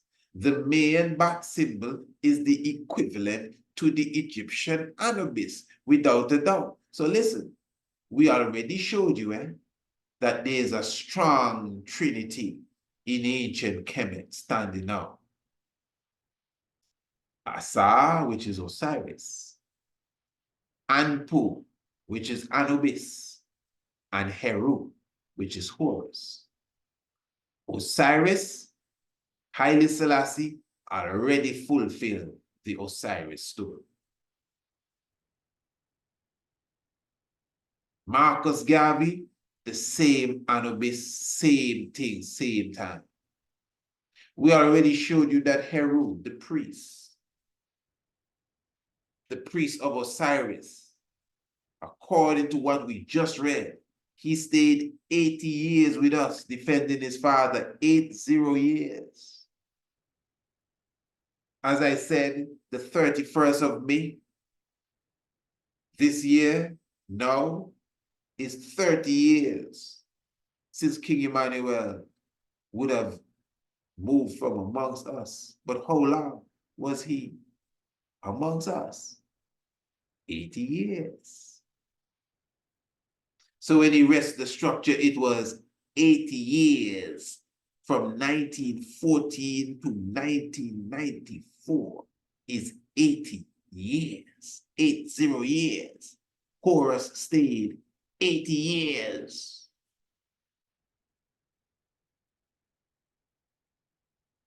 And I'm showing you now, family, again, with this science, don't lose it, that we are dealing in the same way you see the Trinity there. The science of the sun, the feathered snake, and then the Lord Pakal, the individual with the mask. Within his mask is the science of the feathered snake. And the same mask highlight for you 3 individuals who are feathered snakes. He, the Buddha, and Tutankhamun.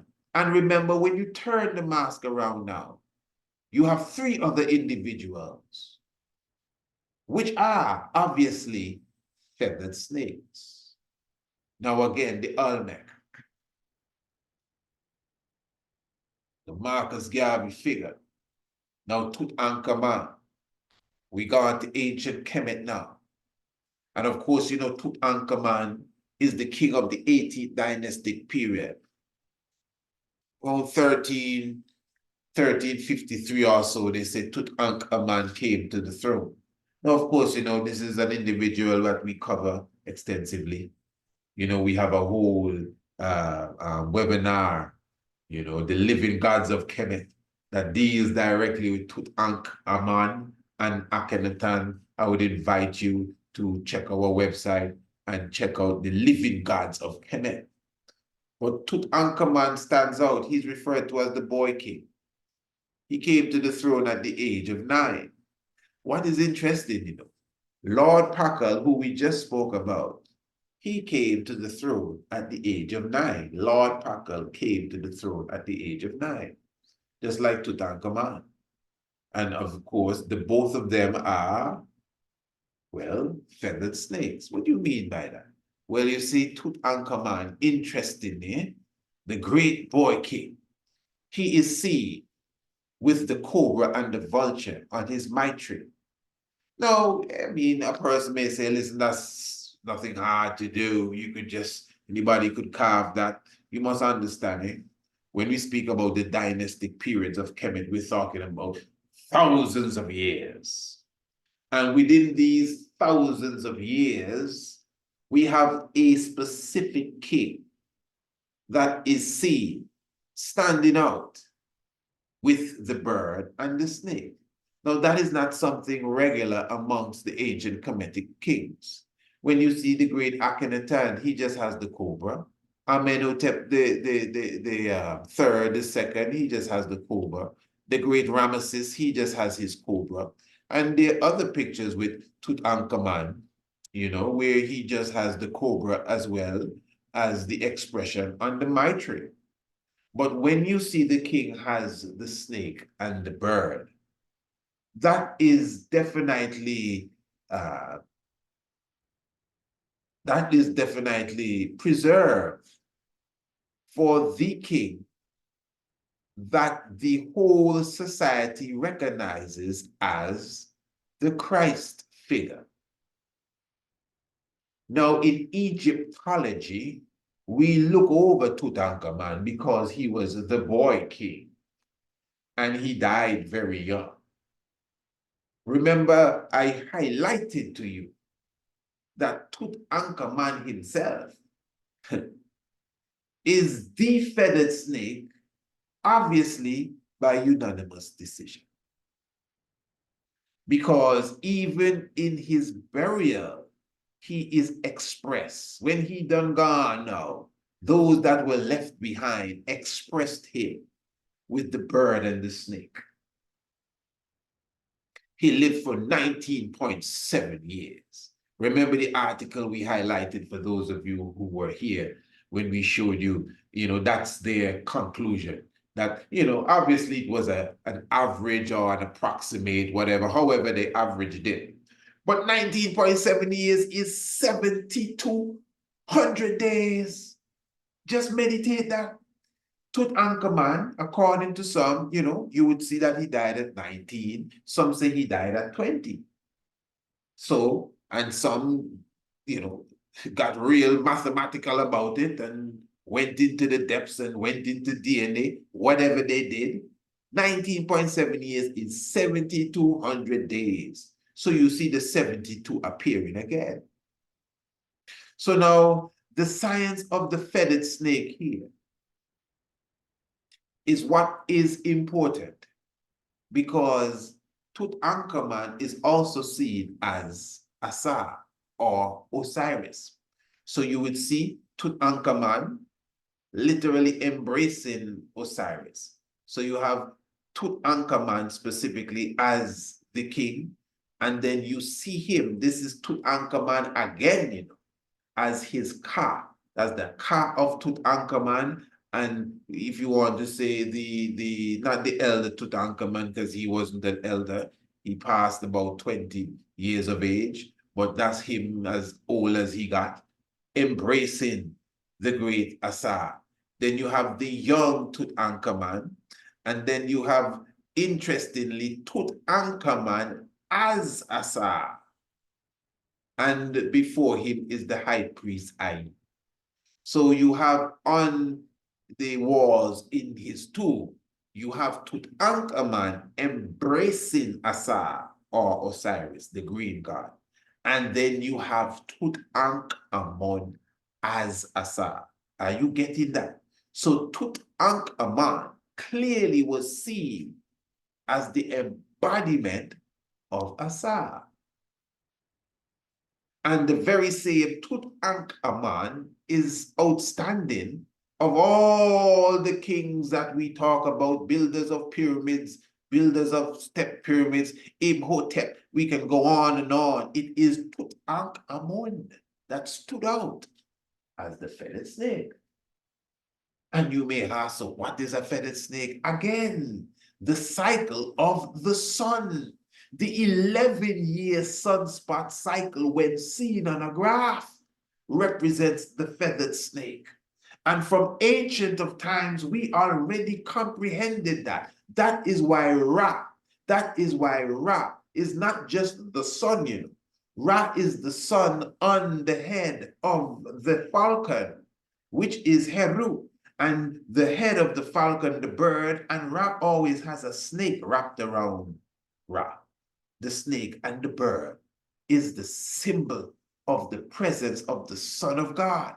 And this is why Lord Pakal, who, just like Tutankhamun, came to the throne at the age of 9, was also considered a feathered snake. Remember Tutankhamun, right? Check the heights. Tutankhamun, his wet nurse, her name was Maya. That's at his birth, when he was born. His wet nurse, her name was Maya. When he died, the person that designed his tomb, his necropolis, that person's name was Maya. Lord Pakal is the king of the Mayan people. And even the Buddha, his mother's name was Maya. Now, these three people here are the same three people in the mask, and all of them linked to Maya. Tutankhamun's wet nurse name was Maya, and the person that built his necropolis, Maya. And the Buddha's mother's name is Maya, and Lord Pakal, the king of the Maya. And the three of them are seen as anointed Christos feathered snakes, and the three of them are seen in Lord Packer's masks. So you can see they have a spiritual connection, but somebody will tell you, oh, they never meet one another. Of course they never, they're thousands of years apart.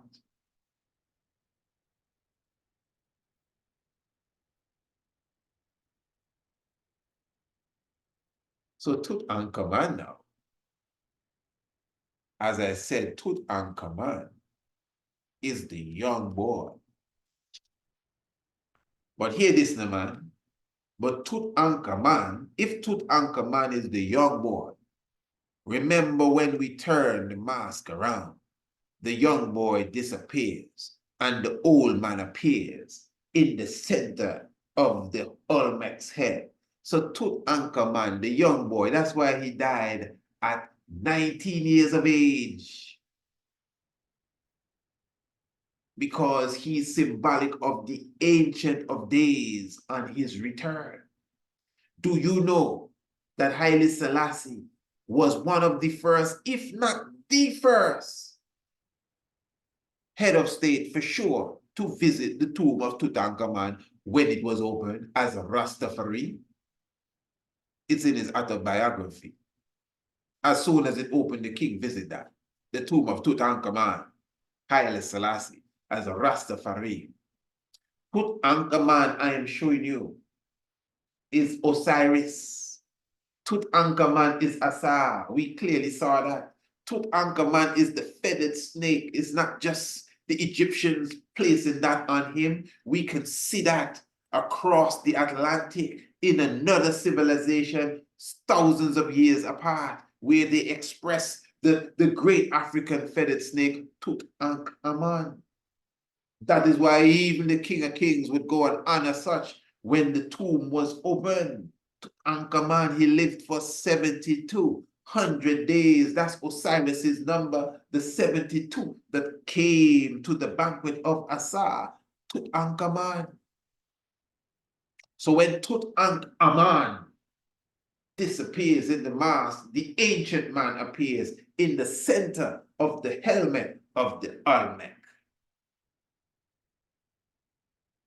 And don't forget, in front of the face of the Olmec is the man with the beard and the locks. So the ancient man in that mask again is the Ancient of Days. Definitely, undeniably. Now the footstool of Tutankhamun.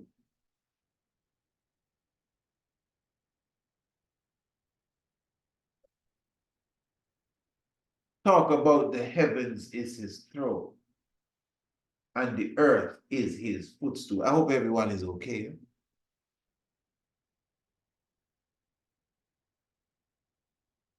Talk about the heavens is his throne and the earth is his footstool. On the footstool of Tutankhamun, you have the procession of the 9 lords. It's very easy to look at the procession of the 9 lords as what many Egyptologists would want to interpret it as prisoners. I understand that philosophy, and to be honest, I can rock with that depending on what the floor you are on. But this is deeper than that. No. What you are looking at here, yes, prisoners, you know. St. Paul says he's a prisoner of Christ.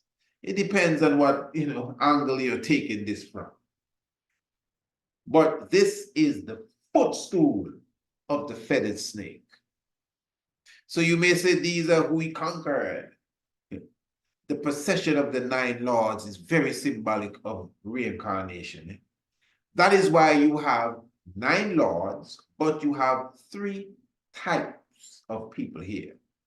Just check it good, family.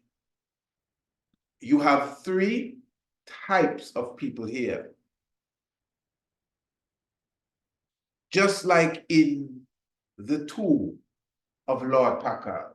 What did we see in the tomb of Lord Packard? Lord Packard had 3 types of people there.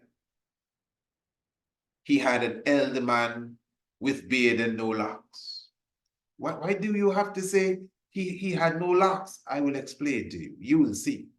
But again, in Lord Packle's tomb, he had the elder jade man with beard and no locks.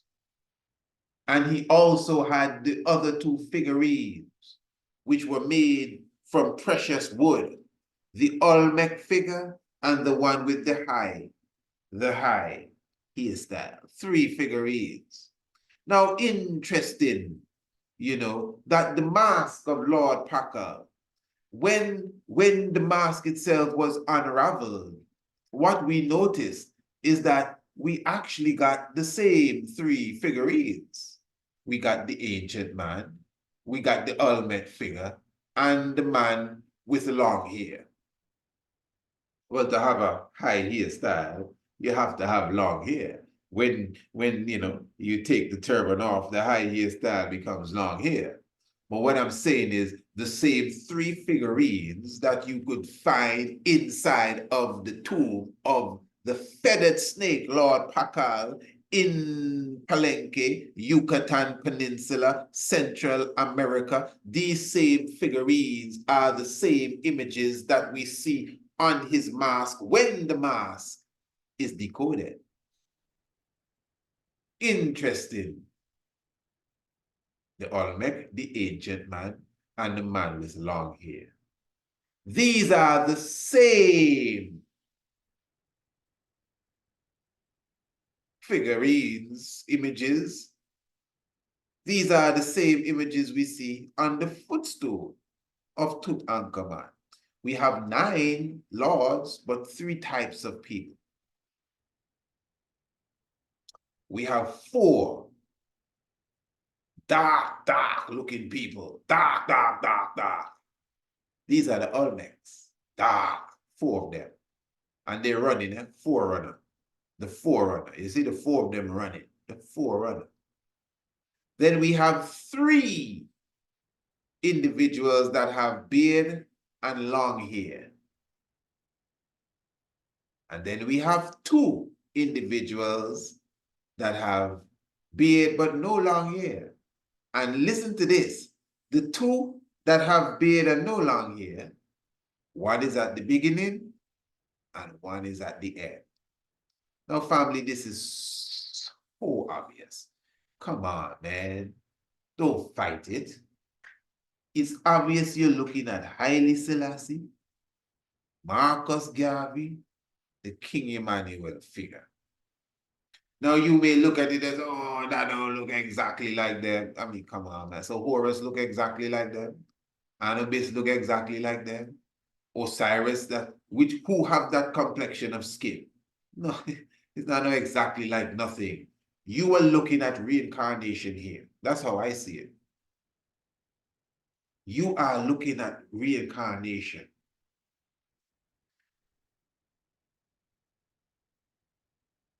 When you read your Bible, it says Elijah was a hairy man. Then Elijah came back as Elisha, and they called him a bald-head man. Huh? This is reincarnation. If you notice, reincarnation is a very important aspect of all what we're discussing here. That's why when the mask was turned around, the lotus flower disappeared, and the young boy appeared as an elder ancient man. Remember again, the mask itself is showing you 3 people from the ancient time. The ancient Lord Pakal, the ancient Buddha, and the ancient Tutankhamun. But them 3 people will come again in this time.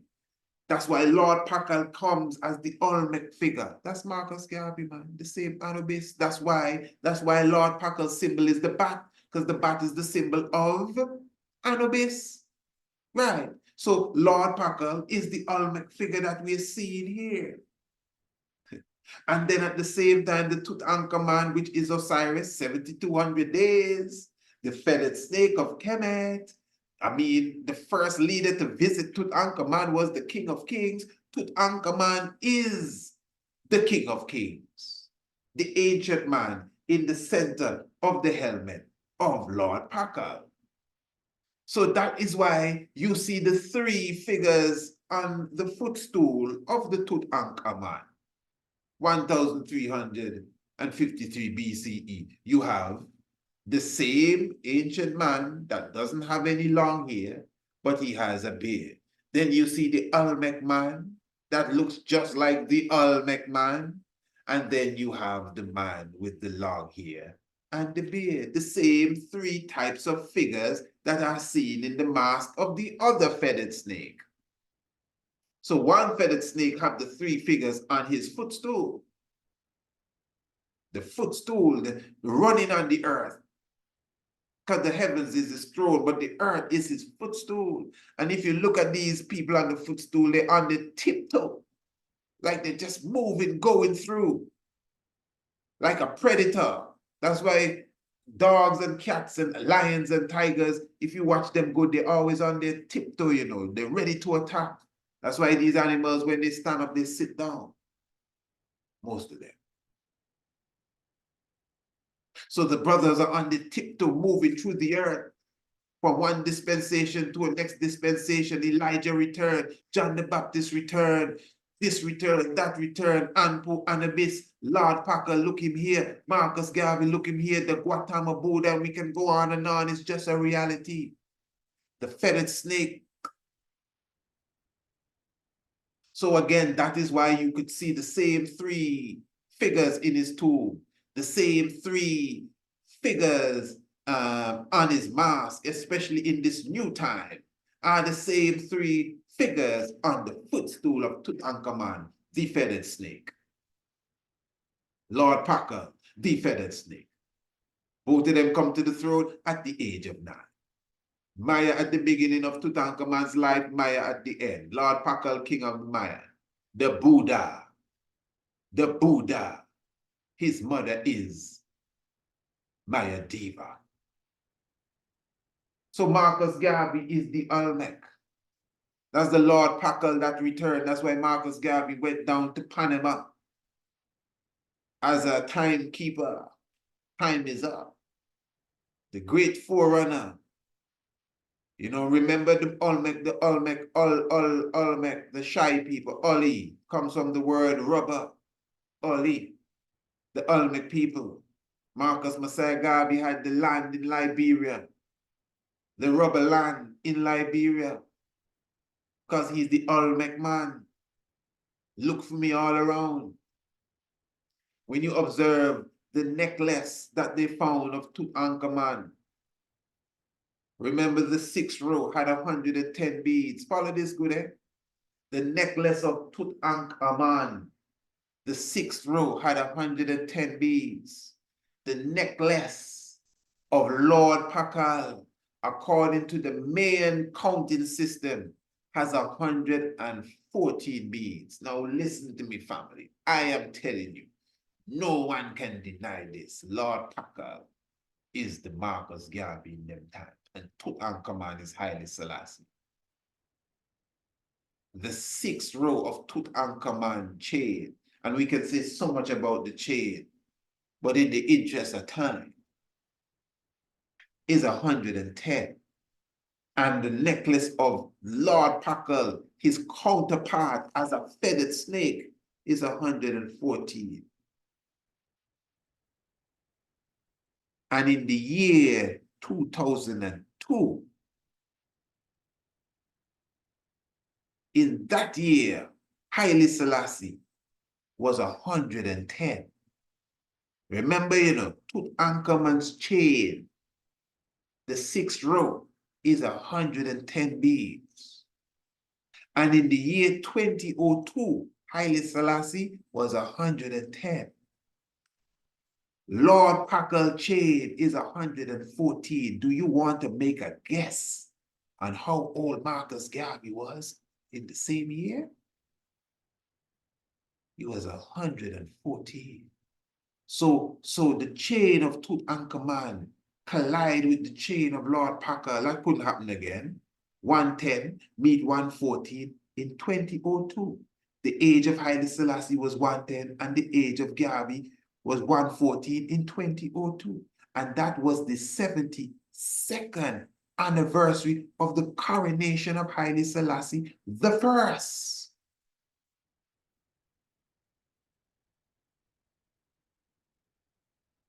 Family, listen. This is why we do not play around, you know. This ain't no second-hand information coming to you, eh? I'm like Moses when God told Aaron, if there's a prophet amongst you, I would have spoken to him in a dream. Ras, as I tell you all the time, sometimes I can't even remember what I dream about. People just be calling me, asking me to interpret dreams. Wow. No, I like Moses. God speak to me when I awake. God speak to me like a friend unto a friend face to face. I telling you, nobody can come and deny this. It's impossible. Haile Selassie the First, live it and reign it forever. So when you observe the necklace of both Tutankhamun and Lord Pakal, to me, it's just an alignment of agency being fulfilled in the modern time. I don't think it's anything to deny. It's just the simple fulfillment of the prophecy. You have to keep in mind, you know, family, a lot of you believe in aliens, ancient aliens, had a lot of technological knowledge and so on, so and so. We are a very intelligent people. We have more intelligence than we even know. You have more intelligence in your little finger than you believe. We had the ability, not just clairvoyance, we had the ability to see the future and to create artifacts to express it when we ourselves return again. Maybe the reason why we can unravel these things is because we put them together, knowing that when I come back, I'm going to look at it again and say, okay, I know what this is about. So we give thanks, you know, for such fulfillment of prophecy at this time.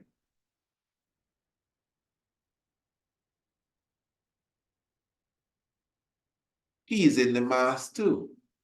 That's the Buddha. So who is he?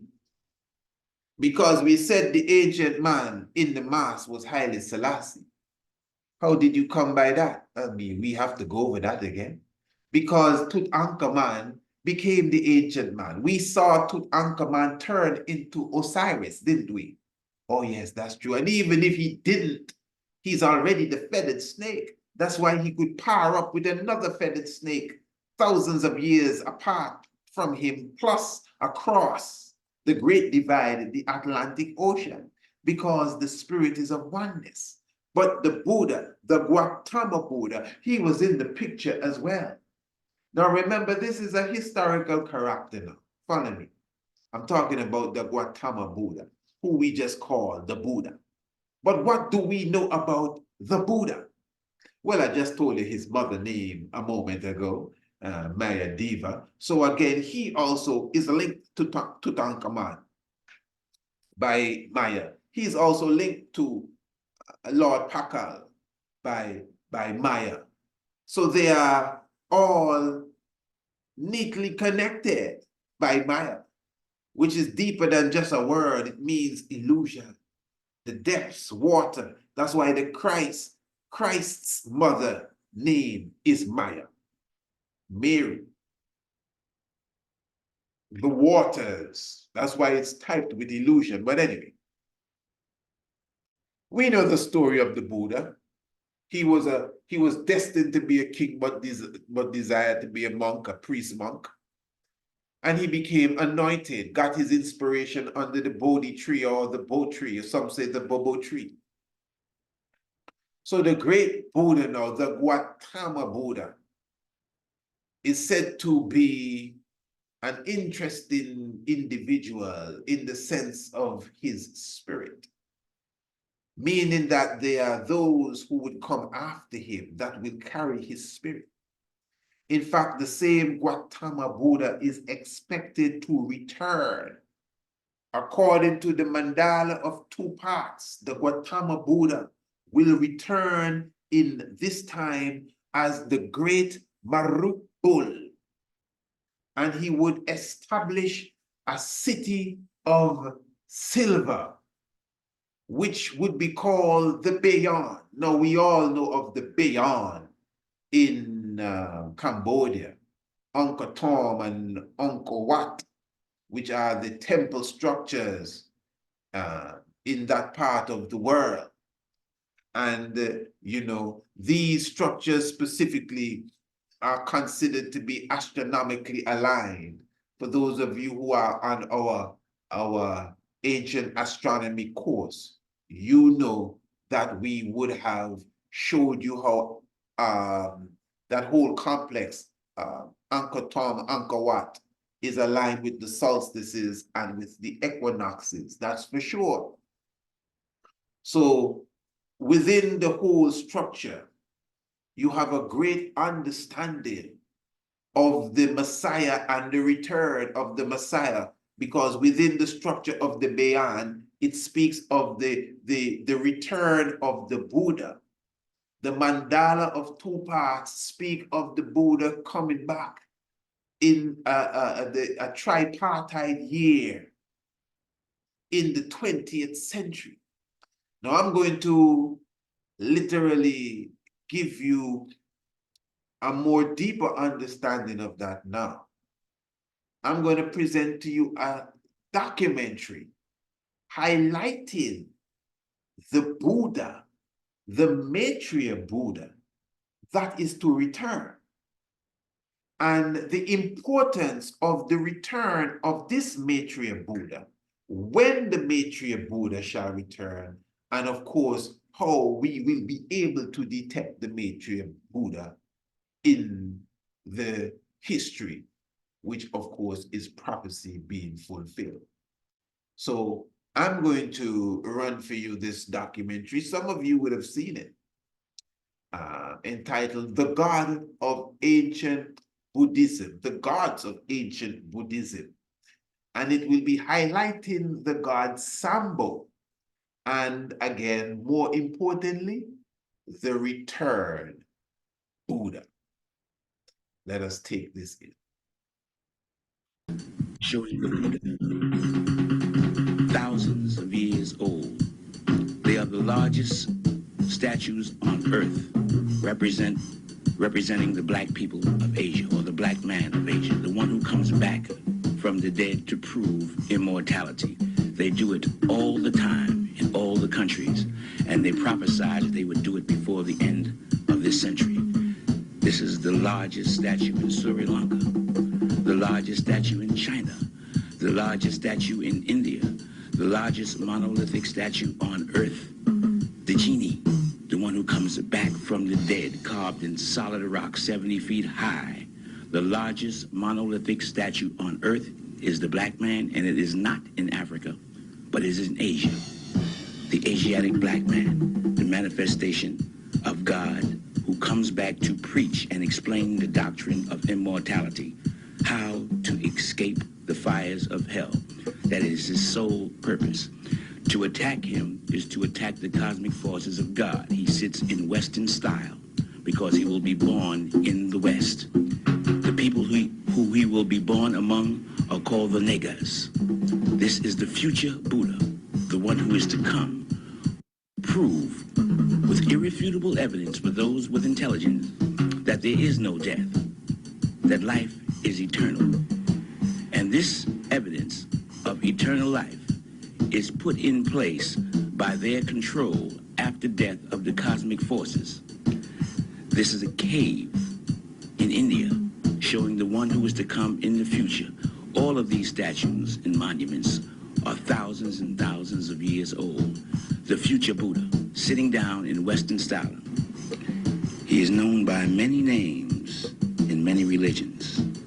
To the Christian, he's the Christ. To the Muslims, the Mahdi, the Messiah, the Avatar, Maruk Bull. To the Koreans, the Buddha, the genie. All different names for for the same individual who is to appear now at the end of the age, the beginning of the new cycle. He is also called Maitreya, the future Buddha. In this book, Maitreya, the future Buddha, you can find the prophecy of his return in 2,500 years. This prophecy identifies the time when he is to appear.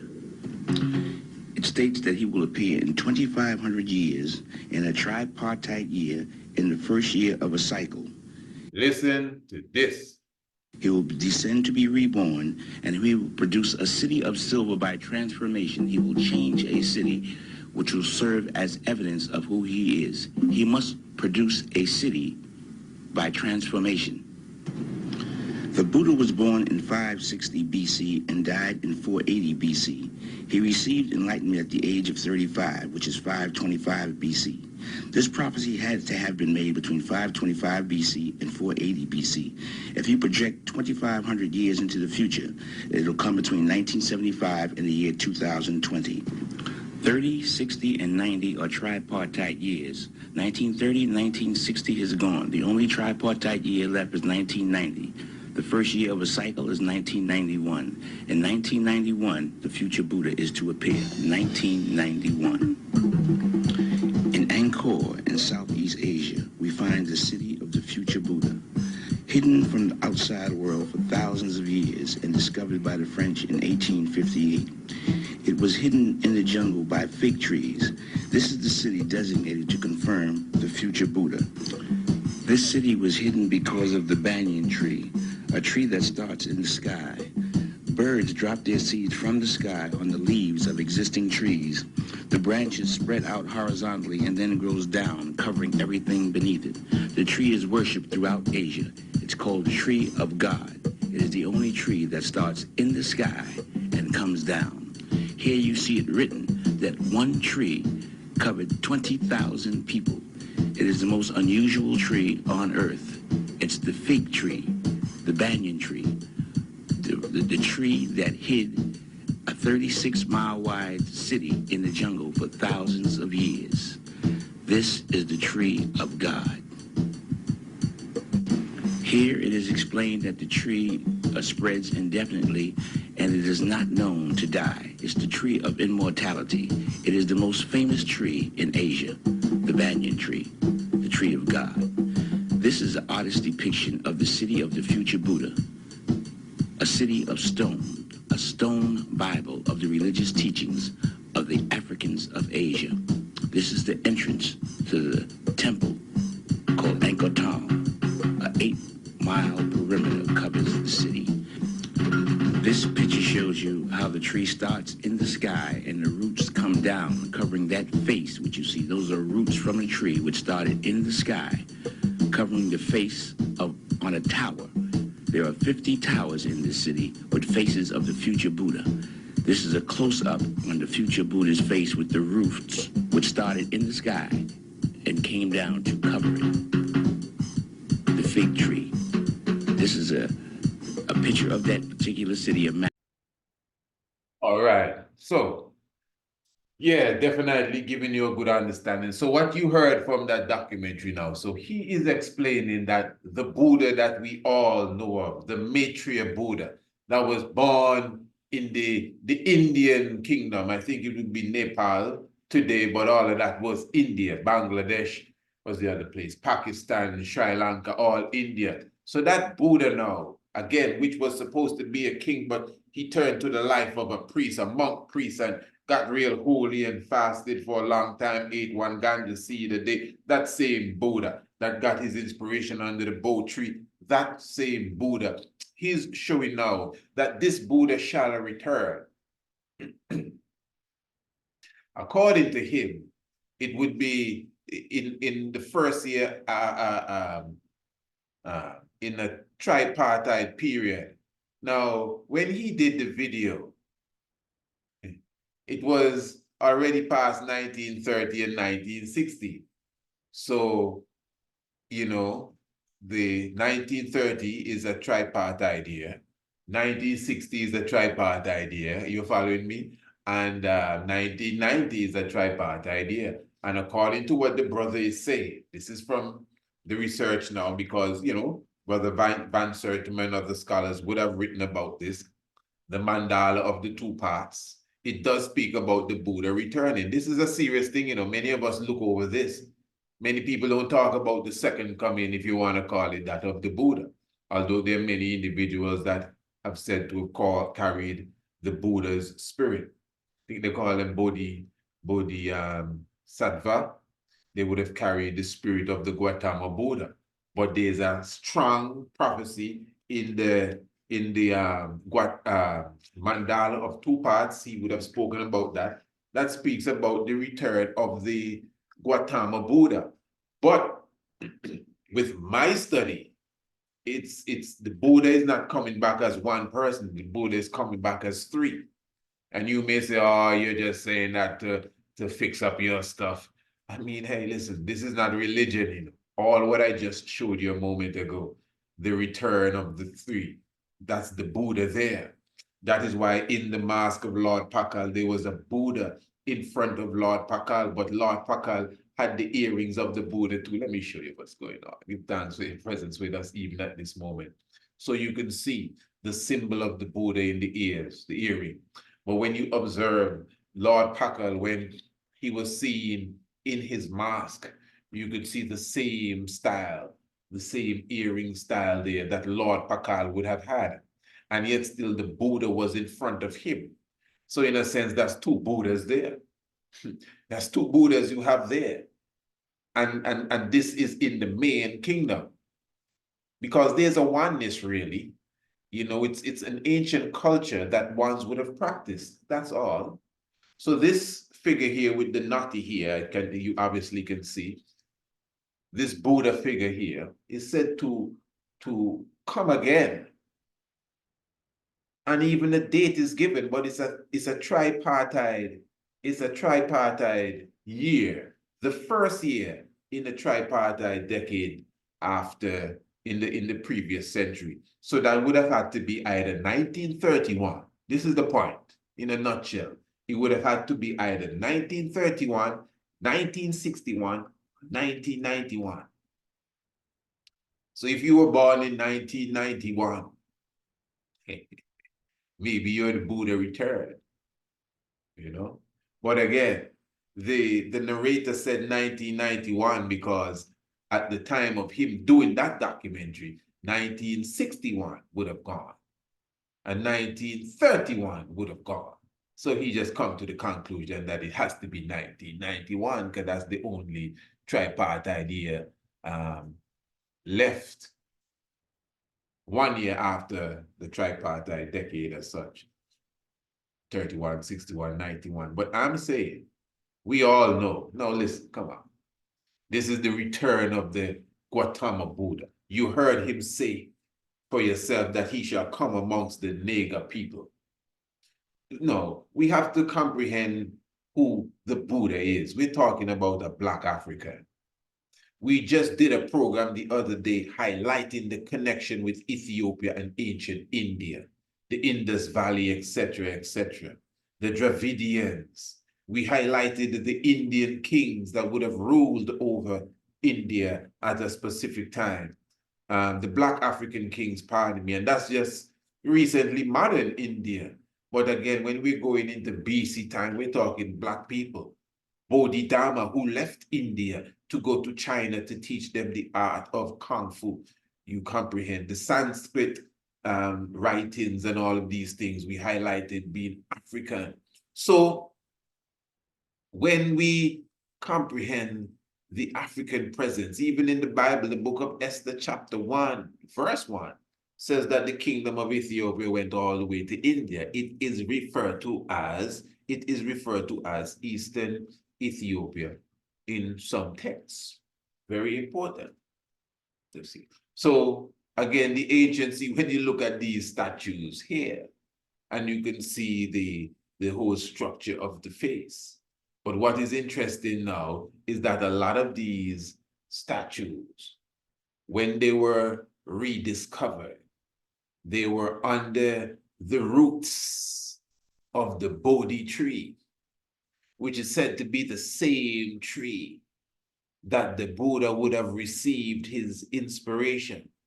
Now, this is interesting because a lot of the statues, when they were found in the jungle, the statues would have been covered with the roots of the trees, giving you the impression as if the statues had locks. I want you to follow. The Buddha's prophecy, they have statues of the Buddha with locks in. The prophecy is that there is a Buddha with locks that shall return. You know, they have a big belly Buddha too, but they have a Buddha with locks that shall return. But you can see here, nature would have taken control of this prophecy to show you that when you see Mr. Buddha again, Bongo Eddie, he will be carrying locks. And that will take us again to the Mask of Lord Parker, where the Buddha, when we turn the mask around, the Buddha, the man in front of the mouth of Lord Parker who having the Buddha earrings too, the Buddha becomes the man with the long hair and the beard, the man with the locks. Well, Lord Parker becomes who? The Olmec figure. And Tutankhamun disappears, but becomes the ancient man in the center of the Olmec's helmet.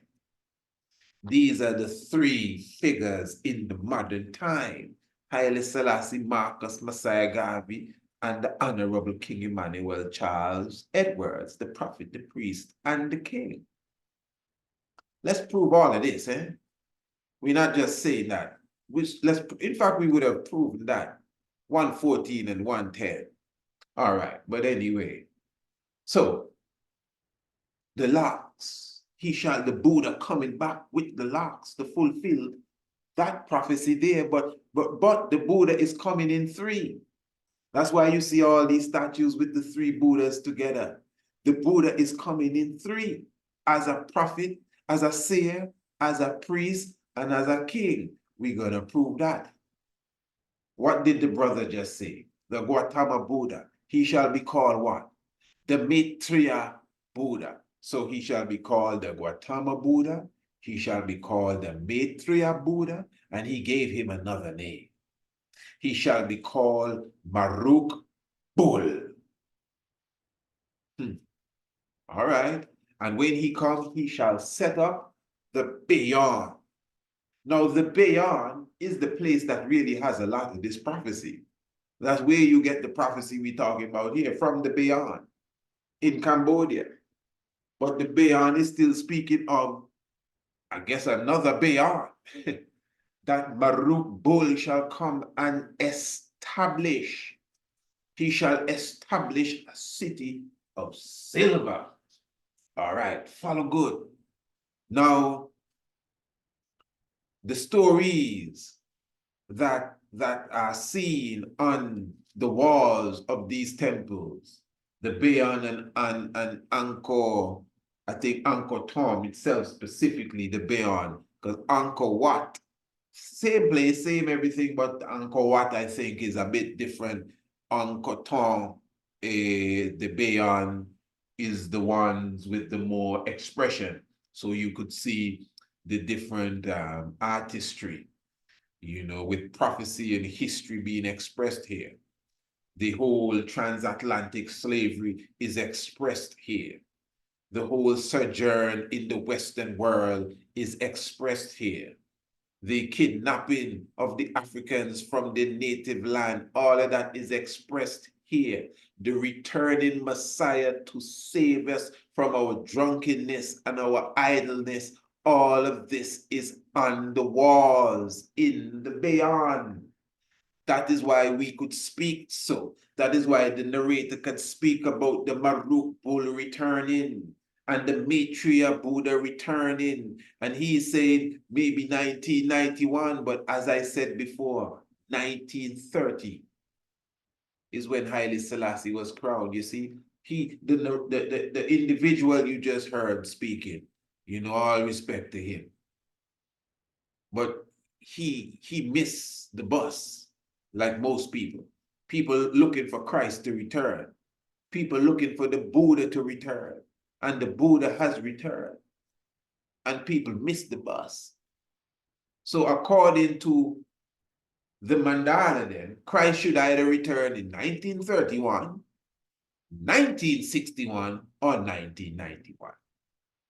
Now, Haile Selassie wasn't born in 1931, you know, but he was coronated. You know, the coronation in 1930 really heralded the return of the Messiah. So according to the prophecy of the return of the Buddha and the Mandala, he shall come in a tripartite year, which is 30, 60, or 90. According to his interpretation of it, he shall come a year after, so it's 31, 61, or 91.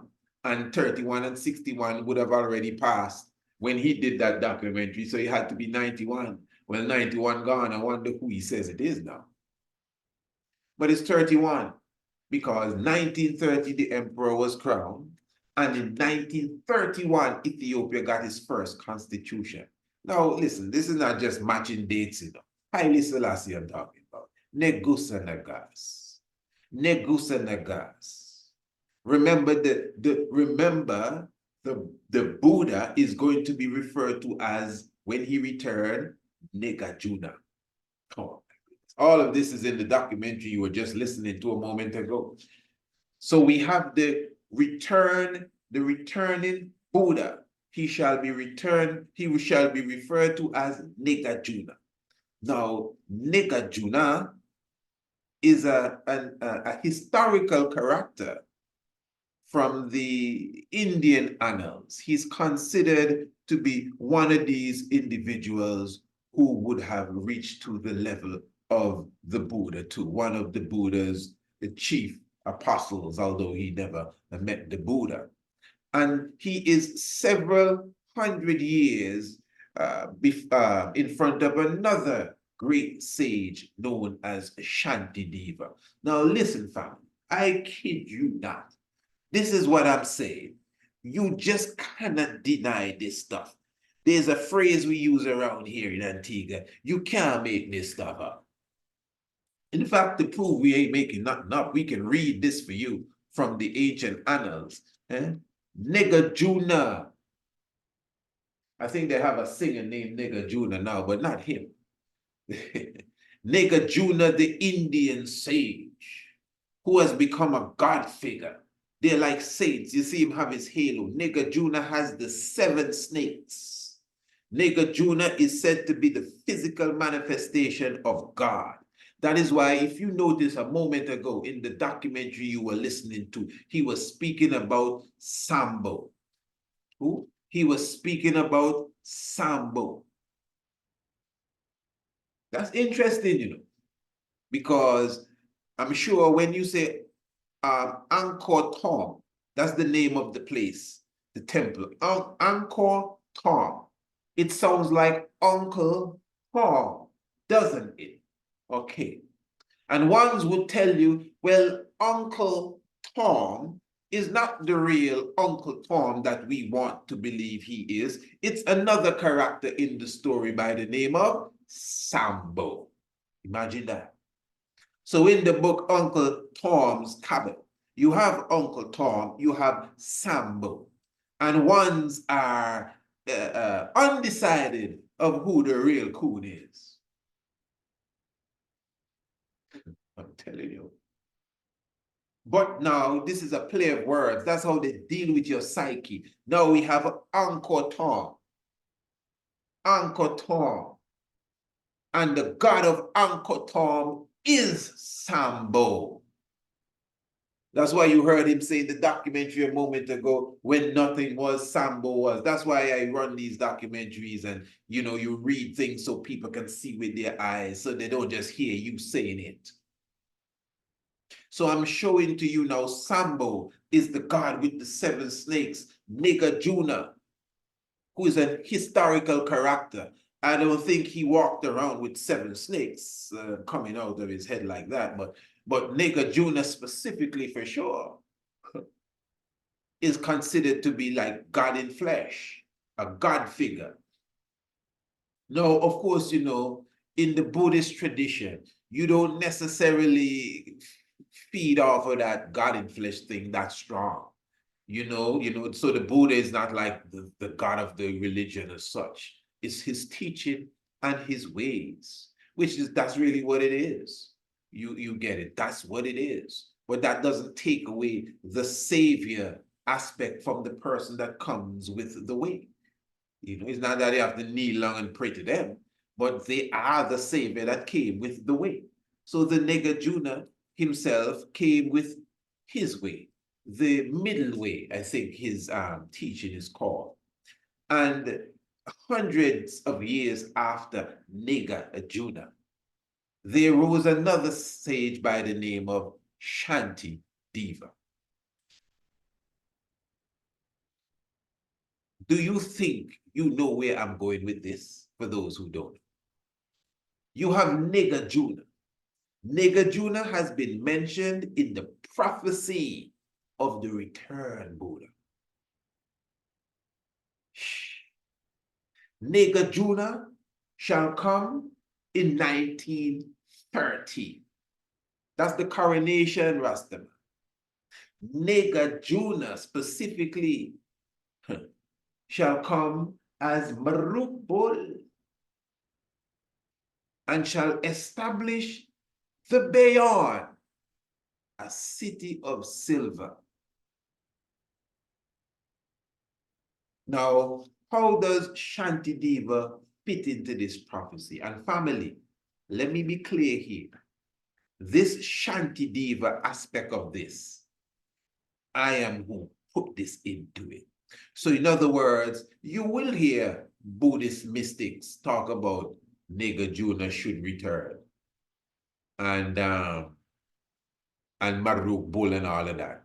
You just heard him say that. But you see, there is a historical account, which is a mystic within itself, of Shanti Deva encountering Nigger Juna.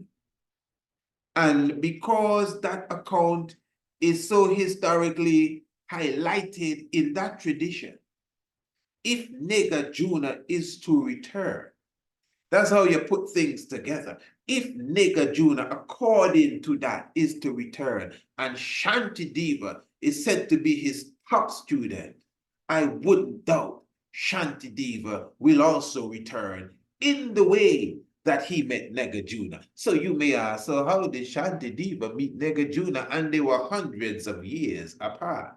Well, first of all, Shanti Deva, according to some scholars, is referred to as the second Nigger Juna. You can just do your research. Now, Nigger Juna, Shanti Deva, pardon me, was at the university. And all of the other monks, they used to laugh and jeer him, and they said, oh, he's lazy. He never gave a speech. He never gave us a lecture. So Shanti Deva, he didn't want to give a lecture. So one day, the monks kind of forced his teacher to encourage him, Shanti Deva, to give the lecture. So when his teacher came and said, come on, Shanti, just give us a lecture. Let's hear what you have to say. He said, all right, I'll do it. So when they heard that he was going to do it, they built up a stage so high so that when he, Shanti Deva, came, he would not be able to get up there to the throne. There was a throne up there. And of course, you know, they would make a mockery of him.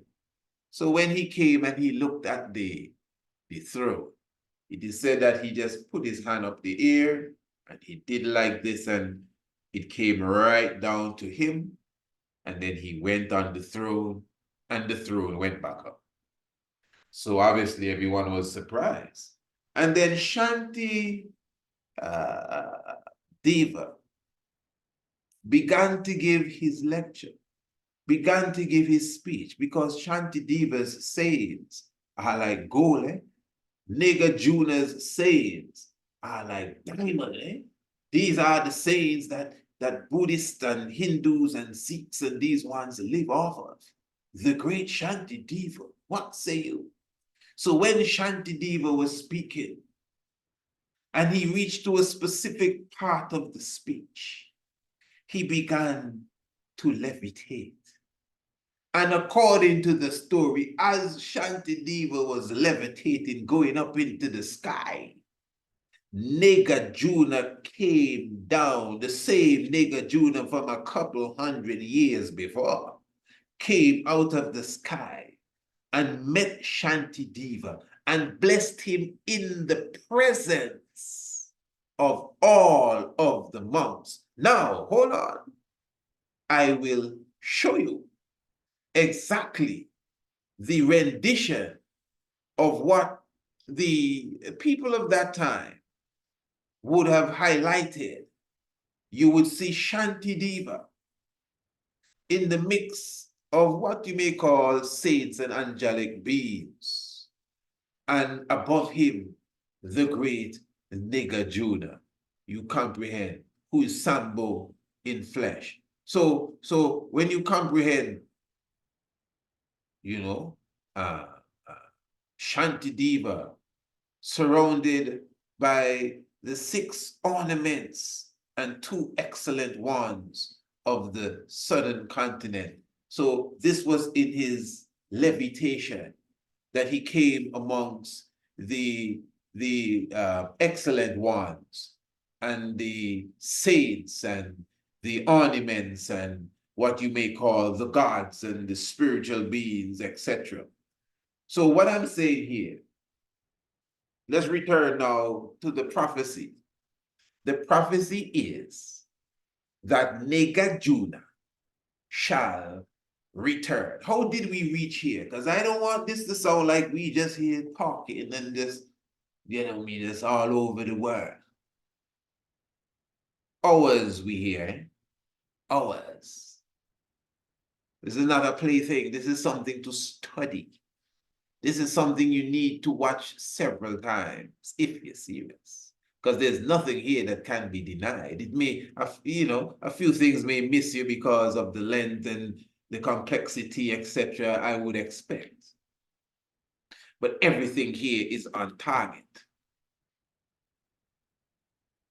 From the beginning to now, from the galaxy to the hurricane, to the Fibonacci cycle and series of numbers to now, to the mask of Lord Pakal to now, to Tutankhamun and the feathered snake to now, to the sunspot cycle and Anpu and Anubis to now, everything is in order. We are speaking of the prophecy of the mandala of 2 parts. We're speaking of the prophecy seen in the beyond that speaks of the Maitreya Buddha, which has been written of in several books that shall return sometime around now.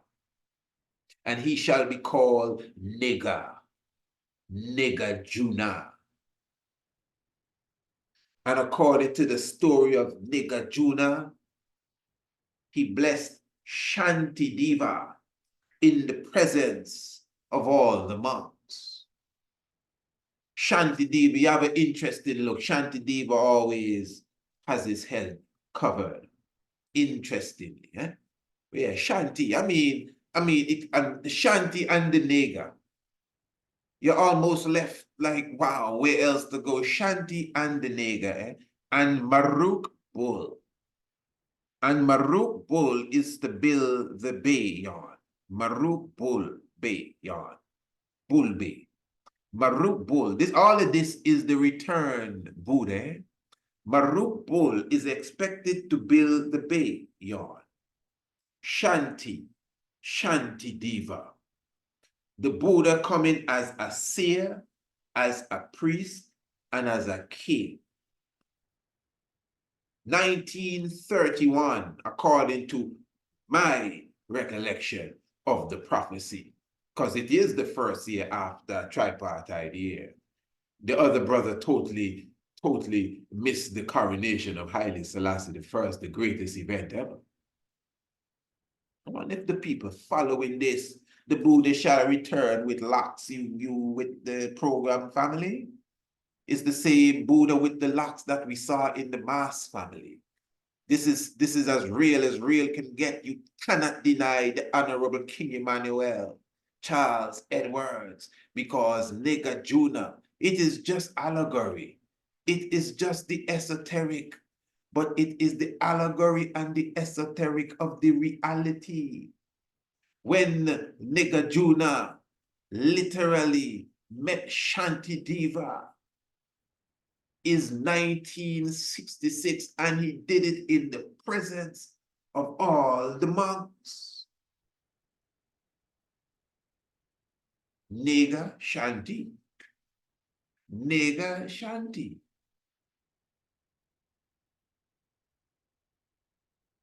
Maruk Bull, what did he do? He built the bay, Bull Bay yarn. Yeah, family. Family. Family.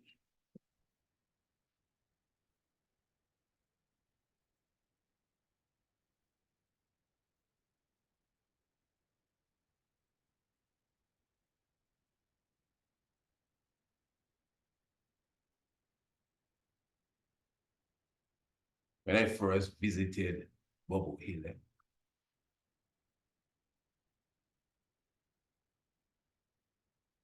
I would have recently concluded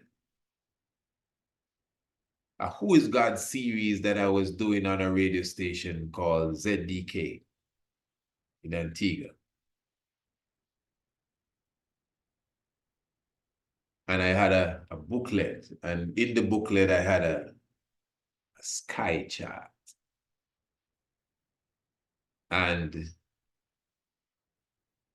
I carried the sky chart to Jamaica, you know, understanding the heavens, and I realized that the heavens, man, the story of the Most High is right here. And I must say at the time, a few ones were quite, you know, like, no, dismissive of that. Like, no, we don't deal with that. The sky, you know, gazing or stargazing, something like that. And I mean, that didn't move me. I know the heavens declare the glory. But what really stood out is Elder Priest Harris. I would have, you know, spoken about this a couple of times. I'm not going to go too far into it. But it was interesting because it was more than one occasion that I would have heard Elder Priest Harris highlight that the Honourable King Emmanuel, Charles Edwards, who we are speaking of this evening, would have said, whether it's to him or in his presence, that the man shall come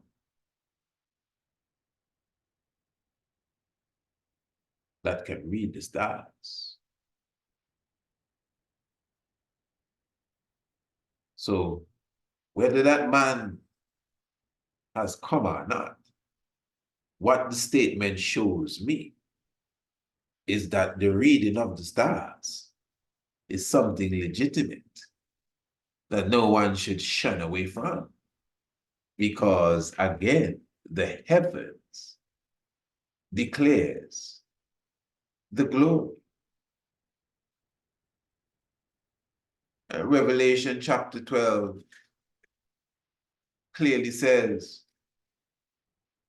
and there appeared a great wonder in heaven, a woman clothed with the sun, and the moon under her feet, and upon her head a crown of 12 stars.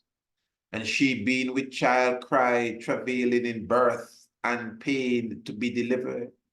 And there appeared another wonder in heaven, and behold, a great red dragon having 7 heads and 10 horns, and 7 crowns upon his head, and his tail drew a third part of the stars of heaven, and did cast them to the earth, And the dragon stood before the woman, which was ready to be delivered, for to devour her child as soon as it was born.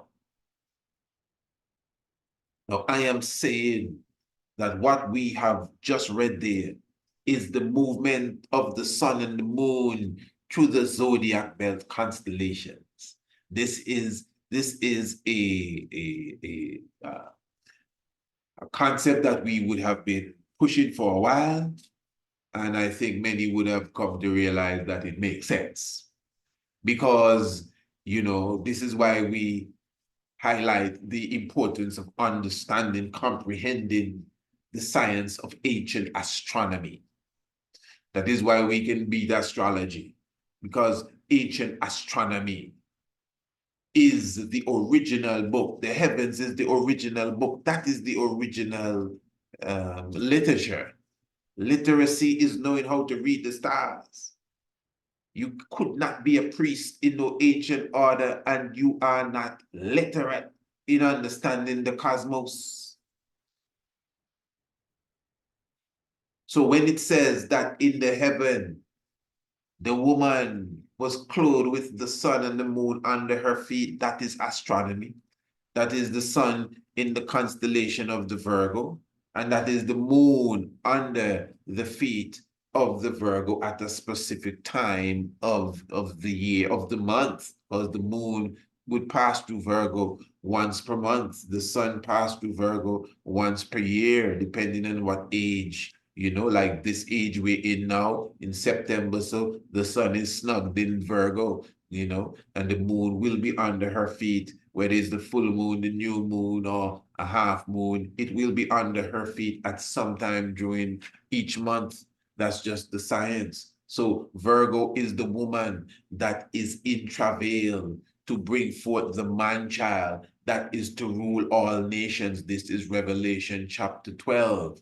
And this man-child, because keep in mind, she has on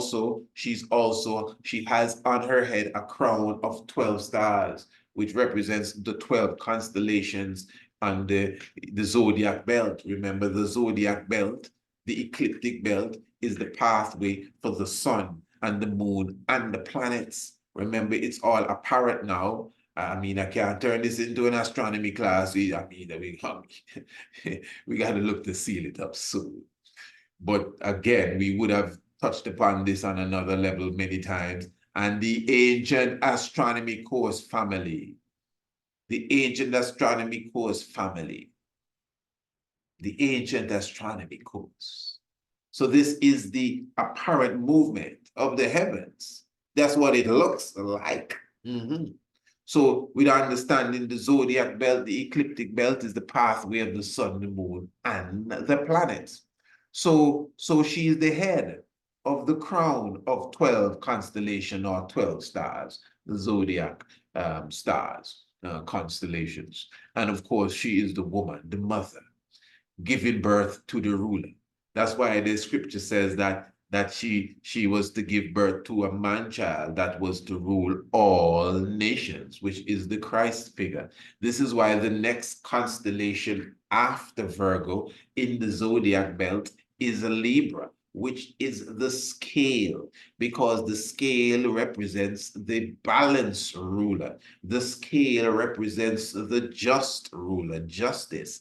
That is why you would see Anubis, the same Anubis with the scales of Ma'at with the scales. That's why you always see Michael, the archangel, with the scale, as Michael is a Christ figure as such, and the scale represents justice and a balance. So you always see Michael with his sword and with the scale, of course. And then, of course, it says that there was a dragon that stood before the woman, ready to devour the man-child as soon as it was born. The scripture said a red dragon too. And that is the constellation of Scorpio. Scorpio is the next constellation that is ready to devour the scale.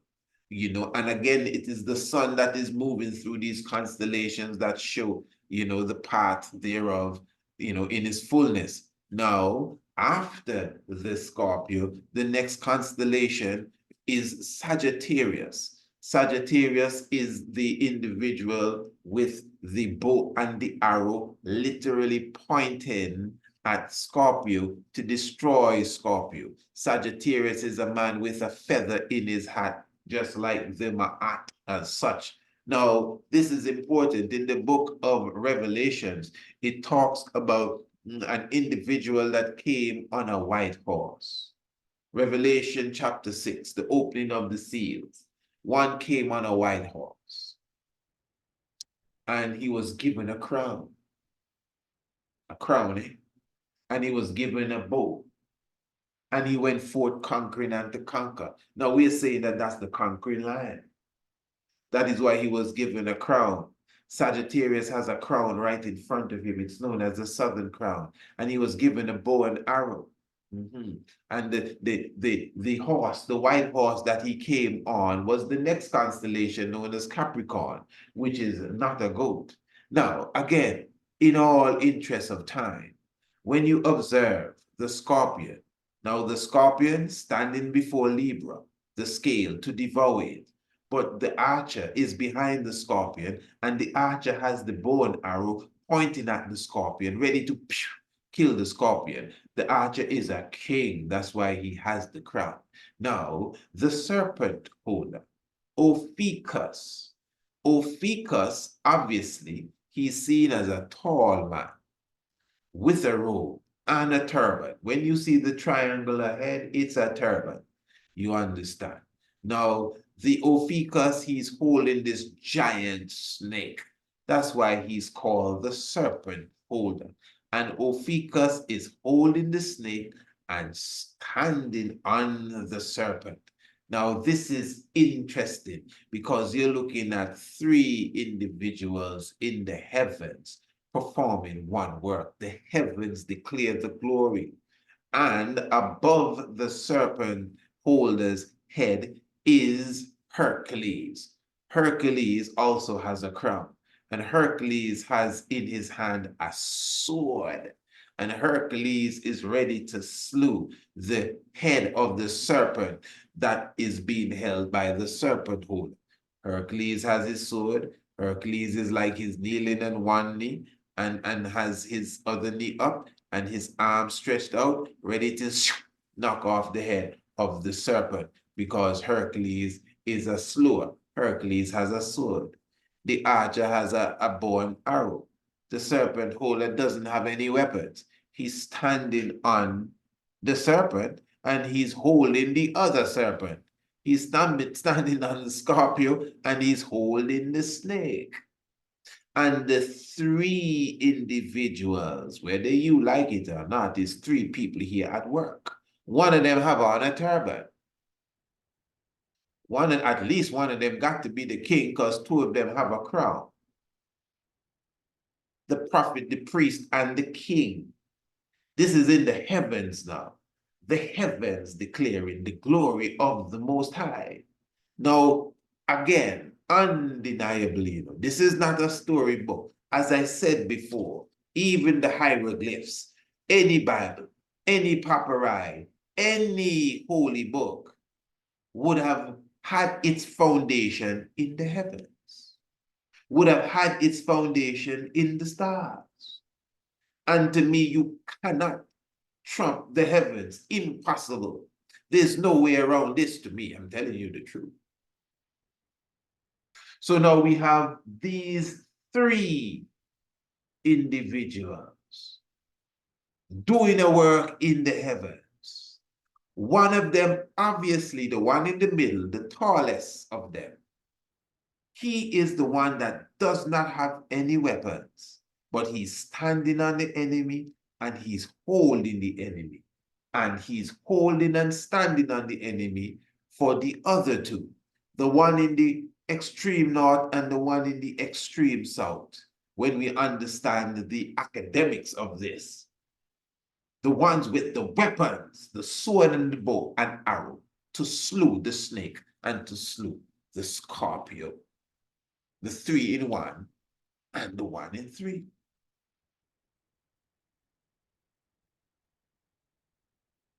Ophi curse, Ophi you curse, the serpent holder is King Emmanuel.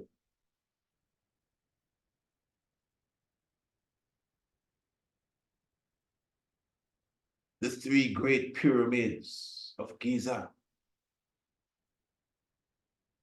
The Great Pyramid itself sits on the center of the planet. It was built maybe tens of thousands of years ago. So that means the understanding of geography at that time would have had to be even higher than now. To have built the pyramid perfectly on the center of the planet, meaning that the landmass, the longitude and the latitude that the pyramid occupies is the longitude that occupies the most landmass and the latitude that occupies the most landmass on the planet, if you understand. So 30 degrees north should be the latitude that occupies the most landmass on the planet. And that's where the pyramid rests. And the same thing with the longitude. You get it? Now, just to find that spot alone is something unbelievable at that time, much less to go and build a monument that has been built on the spot.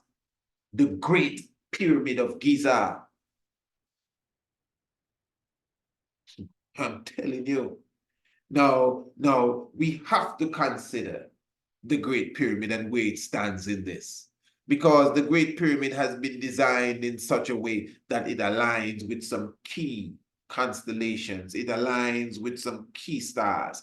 The Orion belt from the King's Chamber, from the Queen's Chamber, Beta Ursa Minor, and also Alpha Draconis from the King's Chamber as well, and of course Sirius from the Queen's Chamber. Now, one of the reasons why we highlight the Queen's Chamber and refer to it as the Christ Chamber, and I will show you. Now, most of you would know that the Great Pyramid has no writing in it.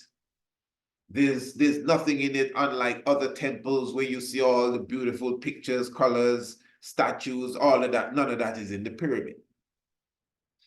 The pyramid's message is in the building itself. The pyramid's message is literally in the stone. Now, the only date written in the pyramid is the 21st day of March, 2141 BCE. And you see that date just when you come into the descending passage. That's it. But now here it is. When you, this is going to be a very tedious task, when you measure an inch, a cubic inch specifically, after that date in different directions, and you add the date, you come to some very unique dates that history would, history would consider to be valid. Like, for example, the date of the Exodus, the date of World War I, the date of World War II, believe it or not, the date of 9/11, the crucifixion of Christ, etc. So again, 2141 BCE, the 21st day of March, which is the Earth Day of Heru too. It's not just the 25th day of December. That is something that has become supremely commercialized, this thing about Horus being born on the 25th day of December. You understand? Wherever that was found, no disrespect to those who harp that continually, but there are other manuscripts that highlight that Heru is a spring equinox, baby. 21st of March. So anyway, the Queen's Chamber, which is the chamber before you enter the Grand Gallery. When you reach to the Queen's Chamber, the date in the Queen's Chamber is 33 AD. Follow me good, eh? There is the pit. The pit is at the bottom. The pit is actually underneath the pyramid. When you go all the way down into the pit, the date in the pit is 1914 AD. That's when World War I began, 1914 AD. Now listen to me. Remember, the date is not written in the pyramid, you know. It is one date in the pyramid. But when you add the cubic inch going down and going up the Grand Gallery and etc., all over the pyramid, you get different dates. So when you reach to the ascending passage, remember when you enter the pyramid, you are going down. You start by going down, descending passage. All of this is symbolic. And then you reach what is called the ascending passage. At the ascending passage is said to be the date where Moses had his exodus. Now I'm saying that when you reach to the queen's chamber, inside of the queen's chamber is the year 33 AD. Now, the year 33 AD is said to be the year that Christ would have ended his ministry. Now, it's kind of tricky, you know, because they say Christ born, I think, is 4 BC, and he died at 33. But, hey, listen, interesting stuff. But according to the maths here, 33 AD is what's in the Queen's chamber, the Christ chamber. Yes. So I'm saying now that 33 AD is the year where Christ would have ended his ministry. Now, when you leave the Queen's chamber and you go up the Grand Gallery, you come to the King's chamber. Now, the date inside of the King's chamber is 1914 AD. Now, that's a great distance away from 33 AD. The King's chamber date is 1914 AD. The Queen's chamber date is 33 AD. Now, remember, these are just names given to them, Queen's and King's chamber. All right. Because I'm saying again, that in the Queen's chamber, the date in the Queen's chamber is the date when Christ would have sealed up his ministry. But the date in the King's chamber, now that we've gone up the Grand Gallery now, remember, you know, when we were going up the ascending passage, we had to bend down. This is very important. When you come in the pyramid, you have to bend down. When you're going up the ascending passage, you still have to keep bending. But when you reach to the King's chamber, still bending. But after the Queen's chamber, you go up the Grand Gallery. That's why it's called a Grand Gallery, because you have enough space to stand up. It's grand, it's big. No matter how tall you are, you're okay. And then you come to the King's chamber. And in the King's chamber, it's 1914. Now remember, in the pit is 1914. And in the King's chamber is 1914 as well. I am saying that in the same way that the Queen's chamber highlighted the end of the ministry of Christ, 33 AD, I am saying that the King's chamber highlight the return of the Messiah, the Christ figure, in 1914 AD.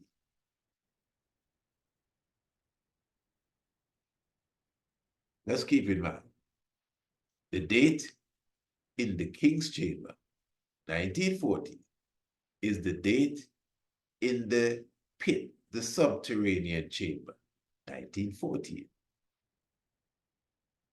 And the pit, 1914, as I said, that's when World War I began. But 1914 in the King's chamber. What's so special about that year? Anything special about 1914?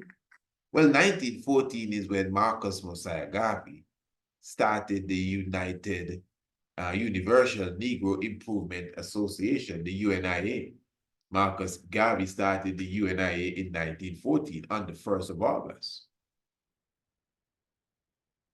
Prince Emmanuel was asked, or has been asked, when were you born? I would imagine people are interested in that. When were you born?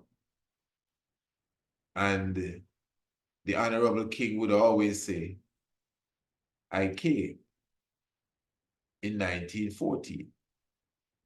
Some people believe King Emmanuel's Earth Day is the 31st of May, 1914. So like the 31st day of May is now, some people are celebrating that as his Earth Day, which would be interesting because the same 31st day of May is when the man made the move. So that means his Earth Day and the same day he made the move would have been the same day, exactly 80 years apart, if that is his Earth Day, as some people believe. But he came in 1940. So again, the Queen's Chamber, the ending of Christ's ministry, 33 AD. The King's Chamber, the return of the Christ and his ministry in 1940. That's the King's Chamber in the Great Pyramid, you know, the same chamber that align, the same chamber that point to Orion. The King's Chamber is the chamber that point to Sahu, just like King Emmanuel is who point to Haile Selassie and teach us of the order to hail the king. That's why there are those that refer to the Great Pyramid as the pillar of Enoch. This is deep. When you understand them science, and I'm telling you, even in the interest of time, Rastafari, let me put this down straight to us so we can get it straight.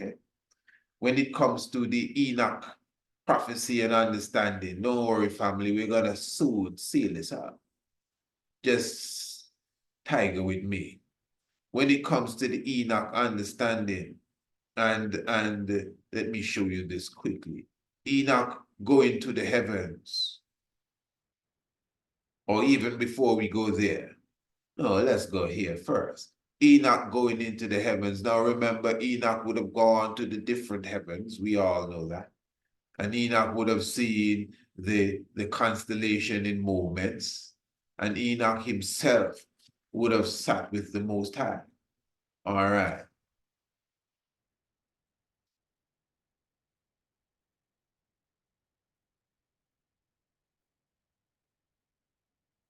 Chapter 20 of the Secret of Enoch. And those men lifted me up hence on to the seventh heaven. And I saw there a very great light and fiery troops of great archangels, incorporeal forces and dominions, orders and governments, cherubim and seraphims, thrones and many-eyed ones, 9 regiments and ionites, stations of lights. And I became afraid. This is Enoch speaking. And I began to tremble with great terror. And those men took me and led me after them and said to me, have courage, Enoch, do not fear, and showed me the Lord from afar, sitting on his very high throne. For what is there on the 10th heaven, since the Lord dwells there? On the 10th heaven is God. In the Hebrew tongue, he is called Aravat, and father of creation. And what is interesting, when you continue to read that, you could see that he went through the 8th heaven, and he went through the 9th heaven, and then he came before who is referred to as God. And in the Secrets of Enoch, the God is referred to as the Holy Lord of the Sabbath. Now I'm just highlighting that. You know, it's just observation that he was taken through the heavens. Everyone knows the story of Enoch. And when he came to the 7th heaven, he was just marveled at the Lord and all the great things happening on the 7th heaven you know, that is just marvelous stuff, because that's the seventh heaven. You know, that's like a high point. And so it's interesting, like when those angels left him there, and then Gabriel came and said, well, it's time for us to flex now. It was like, like, okay, I understand. But wow, all of this is here. If the Lord is here, or, you know, there on the throne, here in the seventh heaven, I mean, what could be in the 10th heaven to see? And I would say, well, in the 10th heaven is God. So you can obviously see dominion. But that's the way the scripture put it, you know. Psalms 110. The Honourable King Emmanuel would have hit 110 already this time around, this year, 2024, 110. Yeah, 110. 80 plus 30 is 110. Psalms 110. The Lord said unto my Lord, sit thou at my right hand. That's Yahweh said unto Adonai. Yahweh said unto Adonai, sit thou at my right hand. I mean, you could interpret it King David and everything. Well, maybe King David is Adonai, but that is Yahweh saying unto Adonai, the Lord said unto my Lord, sit thou at my right hand. I'm just trying to highlight to the family that the concept of the God figure moving as king and priest and prophet is nothing queer. It's nothing to run away from. We don't have to lose ourselves and become dogmatic and religious. If we deal with scripture, even the scripture highlights this in simple and easy form. For example, let us look at the book of Simeon. Who? Simeon. These are the testimony of Simeon, of the children of Israel. Do you know their testimonies that were taken out of the original books that the Israelites would have had, the Maccabees, etc., and their reasons why they took these books out? All right. And it says here, this is the 10th verse of the 3rd chapter of Simeon. And Simeon is saying, and now my children and Judah, and obey Levi and Judah, and be not lifted up against those two tribes, for from them shall arise unto you the salvation of God. For the Lord shall rise up from Levi, as it were a high priest. Yeah. And from Judah, as it were a king. A joke. God and man, he shall save all the Gentiles, the lucky man, and the race of Israel. So according to Elder Simeon, and when you read the testimony of the tribes, all of the tribe elders say this, you know, that Judah, that God is, the Lord shall rise up in Judah, and the Lord shall rise up in Levi. Interesting. This is why you see these books have been taken out, because there's an understanding. There's an understanding of what we are to expect in this time. So yes, we know the Lord rise up in Judah. Nigger Judah, in Judah. But yeah, the Lord also rise up in Levi, in Shanti Diva.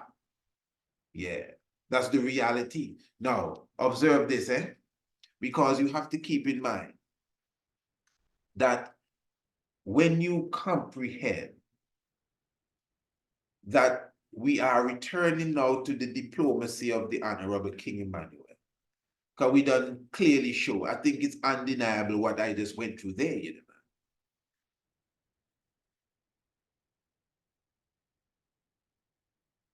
Prince Emmanuel flying his flag before God. What do you have to say about that? Now just think about this. Jamaica had a whole turn upside down business. Junior Reid have a song, I don't remember which one of the songs, where he said the parliament locked down for 3 days. These events took place in the early 1950s. Parliament locked down because King Emmanuel raised the banners of the red, black, and green and the red, gold, and green. We understand the history of the banners. The science of the banners, the red, gold, and green, is the rainbow covenant. The red, gold, and green is the covenant of life. When I held on to Rastafari, I said, hey, if it's one thing. And them times I was seeking still, I said, listen, if it's one thing, I know Haile Selassie is the truth. But you see all these different groups, the truth has to have the red up because that's the rainbow I see. And the truth has to be with the Sabbath day. The truth. Venus makes a 5-point star every 8 years, and 8 is the number of the hour in ancient Roman numerals. Yeah, ancient Roman numerals. 8, you can research it. 8 is the hour, and 8,000 and 80,000, anything like that is the hour. And Venus makes a 5-point star in its movement around the sun every 8 years. The black 5-point star, and the hour. And we're talking of Venus, which is a key star when it comes to ancient astronomy and the Olmec people. The ancient kingdom of Ghana and Mali, you have the Bobo people. Ghana, as we know it today, and the Akan people, you have the Ashanti people. So right there, in ancient Ghana and modern Ghana, you have BoBo Shanti. And I'm showing you that the king of the BoBo Shanti would have risen the banner that Ghana would have risen when Ghana got independence. Now, this ain't no joke, Pastor. Remember, Africa was colonialized, except Ethiopia. Don't tell me Liberia. Liberia is flying the flag of the United States of America.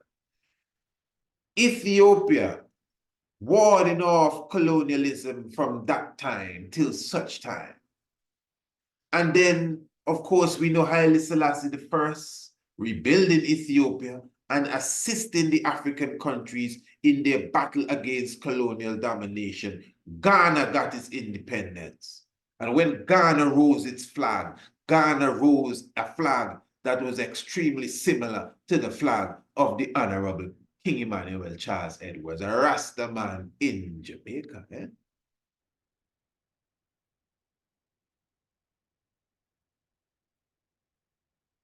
This is not the 60s, you know. Ghana got independence in 57. Since 51, 52. These banners locked down Parliament. When the first African country, black country, got its freedom, it raised Emmanuel banner.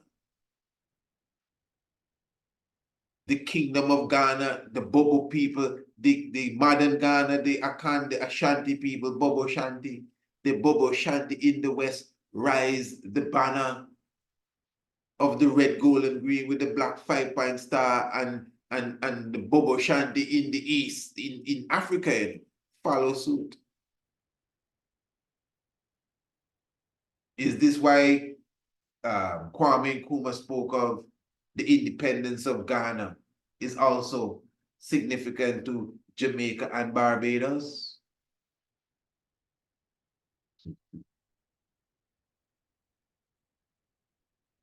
This is not religion, you know. Anything sound religious here? This is facts. You can go and check your history. I'm not making this up.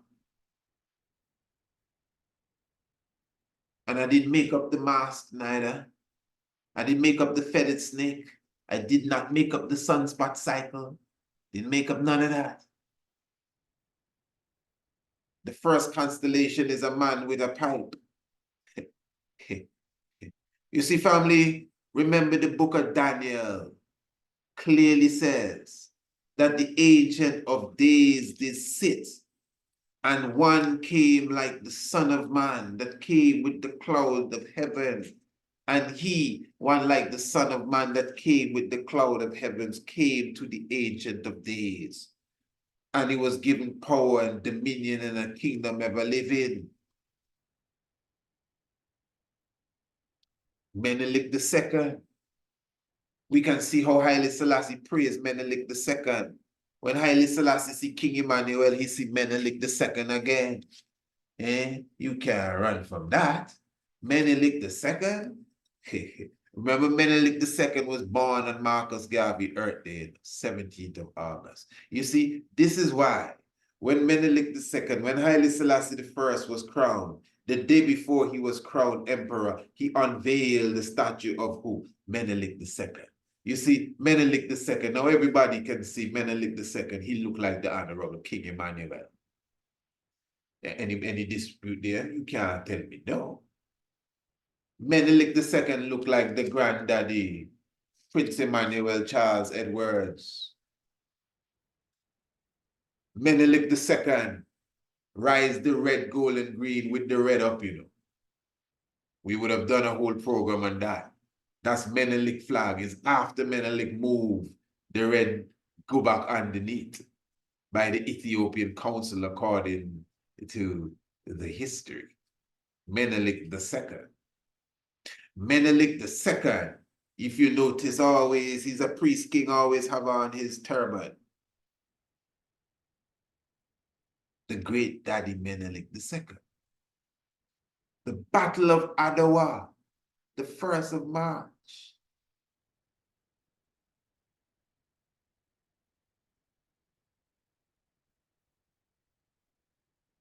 That's the Congress Day. That's the day Prince Emmanuel chose to form the Congress, the 1st of March. The Battle of Adwa. Menelik II. Do you know Menelik II would have inspected the troops of Johannes IV, his predecessor, on the 21st day of March? Now remember, when King Emmanuel Charles Edwards established the foundation, the Congress in 1958, at that same time, that was the 1st of March, and it went to the 21st of March. It was after the 21st of March when they broke off the hand and the statue of Queen Victoria that all the massacre and the beating took place at Bakawal, 1958. So you see, and that is the spring equinox. And that is the birthday of Heru, Horus, the same 21st day of March. So Menelik II now inspecting the troop of Johannes, 21st day of March. But afterwards, the 1st of March now, when he's king several years after, the Battle of Adwa. And again, the 1st of March represents our Congress Day. It is the same day as the Battle of Adwa. So the great Lion of Judah, Menelik II, remember Menelik II would have passed on in December 1913.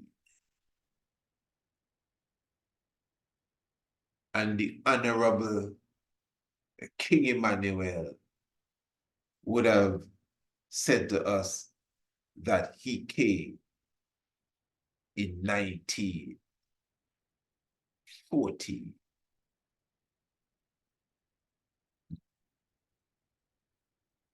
Rastafari. Challenge, as I said, he has a lot of good reasoning here. Enough respect to this.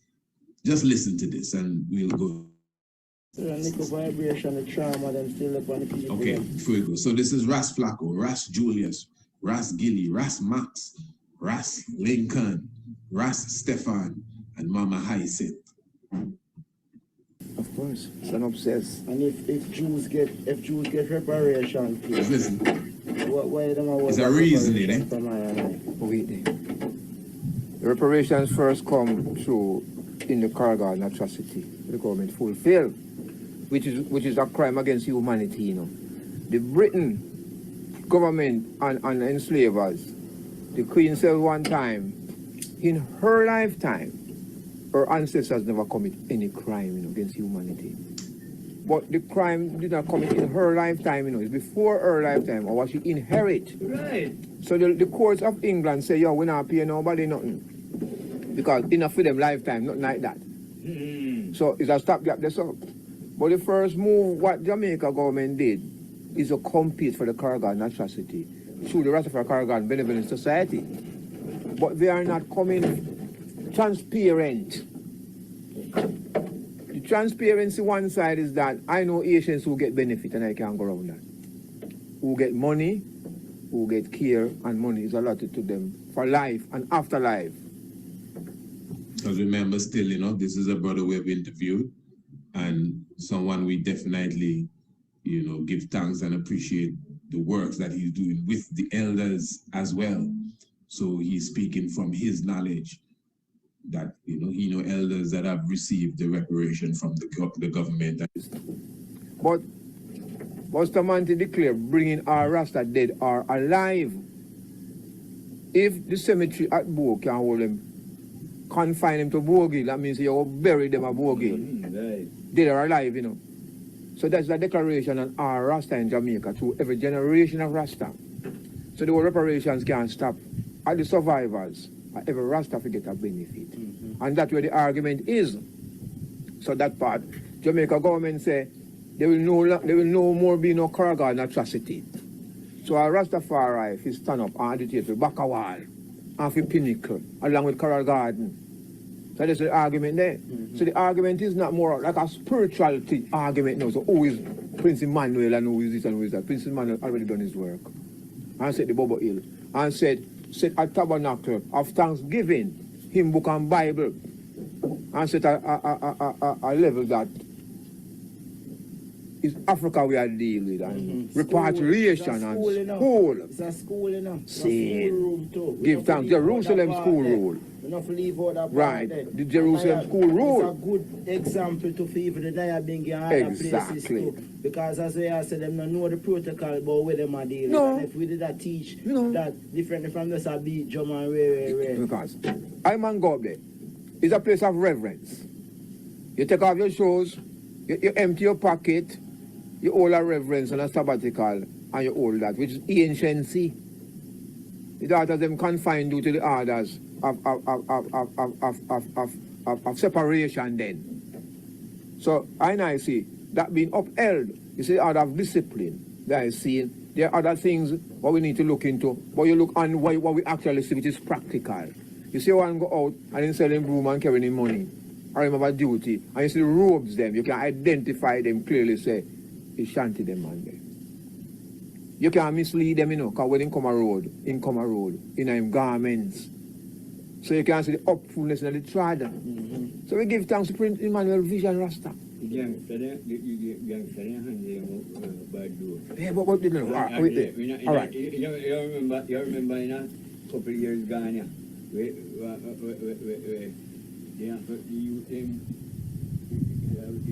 Rasta property there, so, and they have left space for the bad boy, they walk through. The bad boy, them bad them up. I remember saying, no. And burn down them place. Yeah, but look. Documents. Look. Yeah, but there's a violation. Wait, Bingy man. There was a violation. That's a one different level. But we look for even earlier than that then. For the 21-day convention, you know, or in keep, you know. Downtown Kingston, when the ship's supposed to come in and the repatriation is supposed to come in. And whole of Rasta them sell everything what they have, you know. And come for the 21-day convention, and when them there, and when the knowledge say no ship now come, not now come for repatriate, and them decide say the youth them decide say yo, they go burn some fire and burn. Them time they never been and never good enough. A man a burn tire in Rasta, and go lick off Queen Victoria and statue, you know, lick off the Hannah fight, you know, and burn pure fire downtown, and police come and police beat everyone, you know. E.H.M. Bongarai say, Prince Emmanuel get beaten non-stop. And if you can say him when dead, I will then pull him over one fence and check him. Prince Emmanuel not a broken bone Rasta. Them say only God can get so much police beating and stand up without a broken bone. And that's how Prince Emmanuel get in power.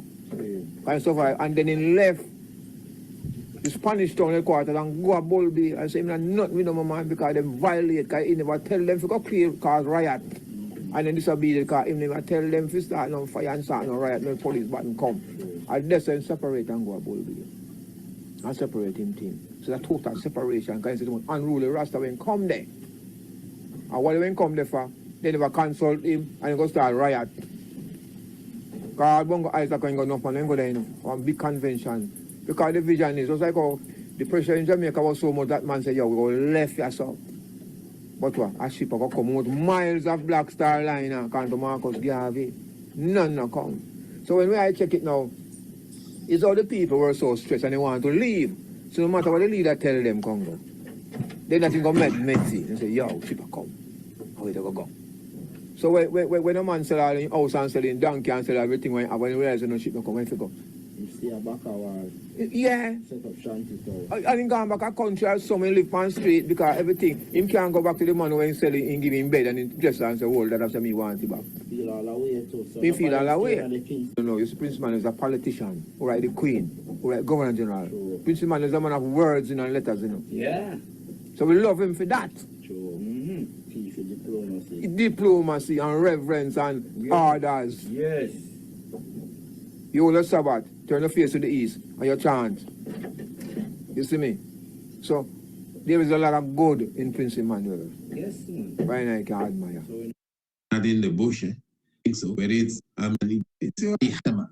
One elder was saying in that time it wasn't wood, it was tire, but fire burning, beating drum day and night. And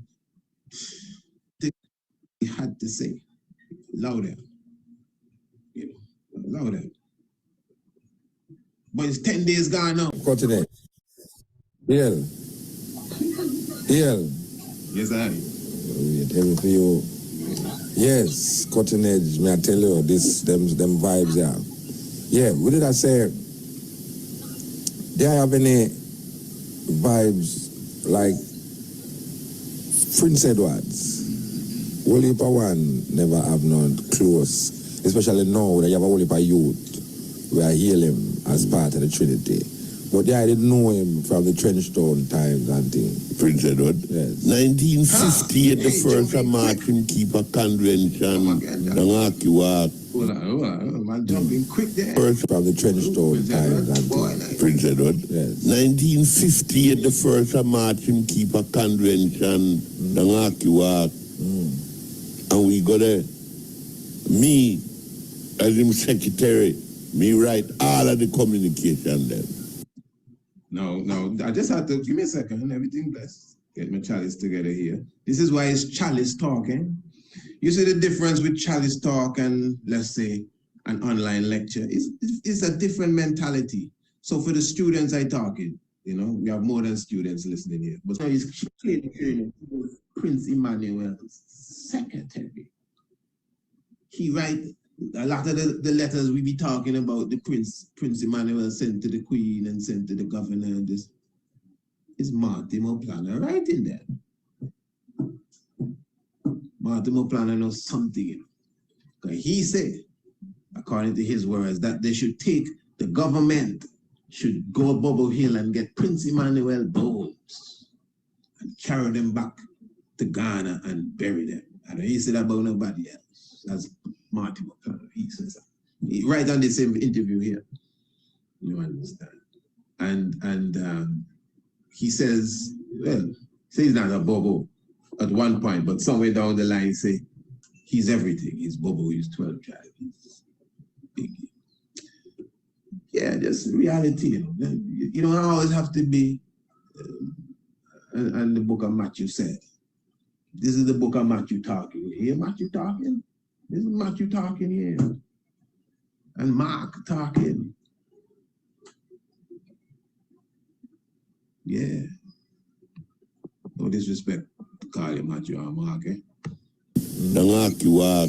50 know him from the Trenchtown times and things. Prince Edward? Yes. 1950 at the first March him keep a convention, Antigua. And we got me, as him secretary, me write all of the communication then. Me no Bobo no. Yeah. But me write all of the communication. Them days you didn't have Bobo. I mean, you have man who follow him as part of the Trinity. No. This is a new thing. Come on. No. It was Emmanuel Edward. Prince Edward. Edward. Yeah. Good. Well, in a March the 1st, convention start. And it's supposed to end in the end of March. Anyhow, somewhere between the line, from the 1st to about the 18th as them did, they moved the meeting from Spanish Town Road where Billings have him same place where you see them and show them where the tunnel come from and that so good. Well, he moved it from there so and carried go to Victoria Park. Rastaman go there and take him high and rod. Victoria from down at the bottom of Beef Market King and put her right part there. Rastaman take him high and rod and lick Victoria hand, pop it. Broke out Victoria hand. So it get police mad. They imagine it was in live Victoria. The lucky thing that statue of Victoria. The king said you could imagine if it was the live Victoria, the lucky is a statue of Victoria. That's right. Now lick Victoria hand, pop it. Broke out Victoria hand. So it get police mad. They imagine it was in live Victoria. The lucky thing that statue of Victoria. They beat Prince Edward to pulps. Beat. Hold on. You coming? Here where is it? They beat Prince Edward to pulp. When you're beaten to a pulp, it's done, nothing else there to beat you. Straight to my channel here. You should visit the channel. If you haven't subscribed, that'll be a good thing to do. And of course, you're a subscriber, that's good, but you gotta put on the notification bell. Notification was anything, man. I listened to an interview with Martin Moplana and Muta Baruka that I'm sure you know these individuals. Yeah, I know they're live. Okay, I know they're live. Before you get there, but a wonderful interview that I replay sometime on my station, radioanu.com.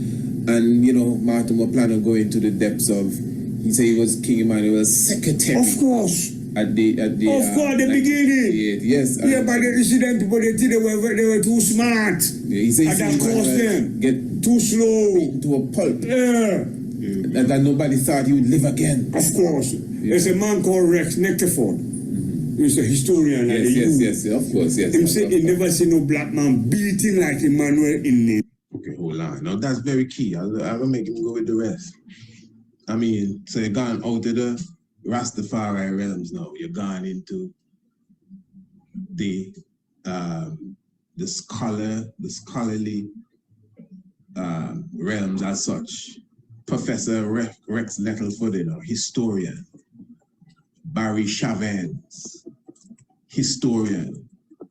These individuals have already documented it, specifically of the very same event and the level of beating that the Honourable Prince Emmanuel Charles Edwards received.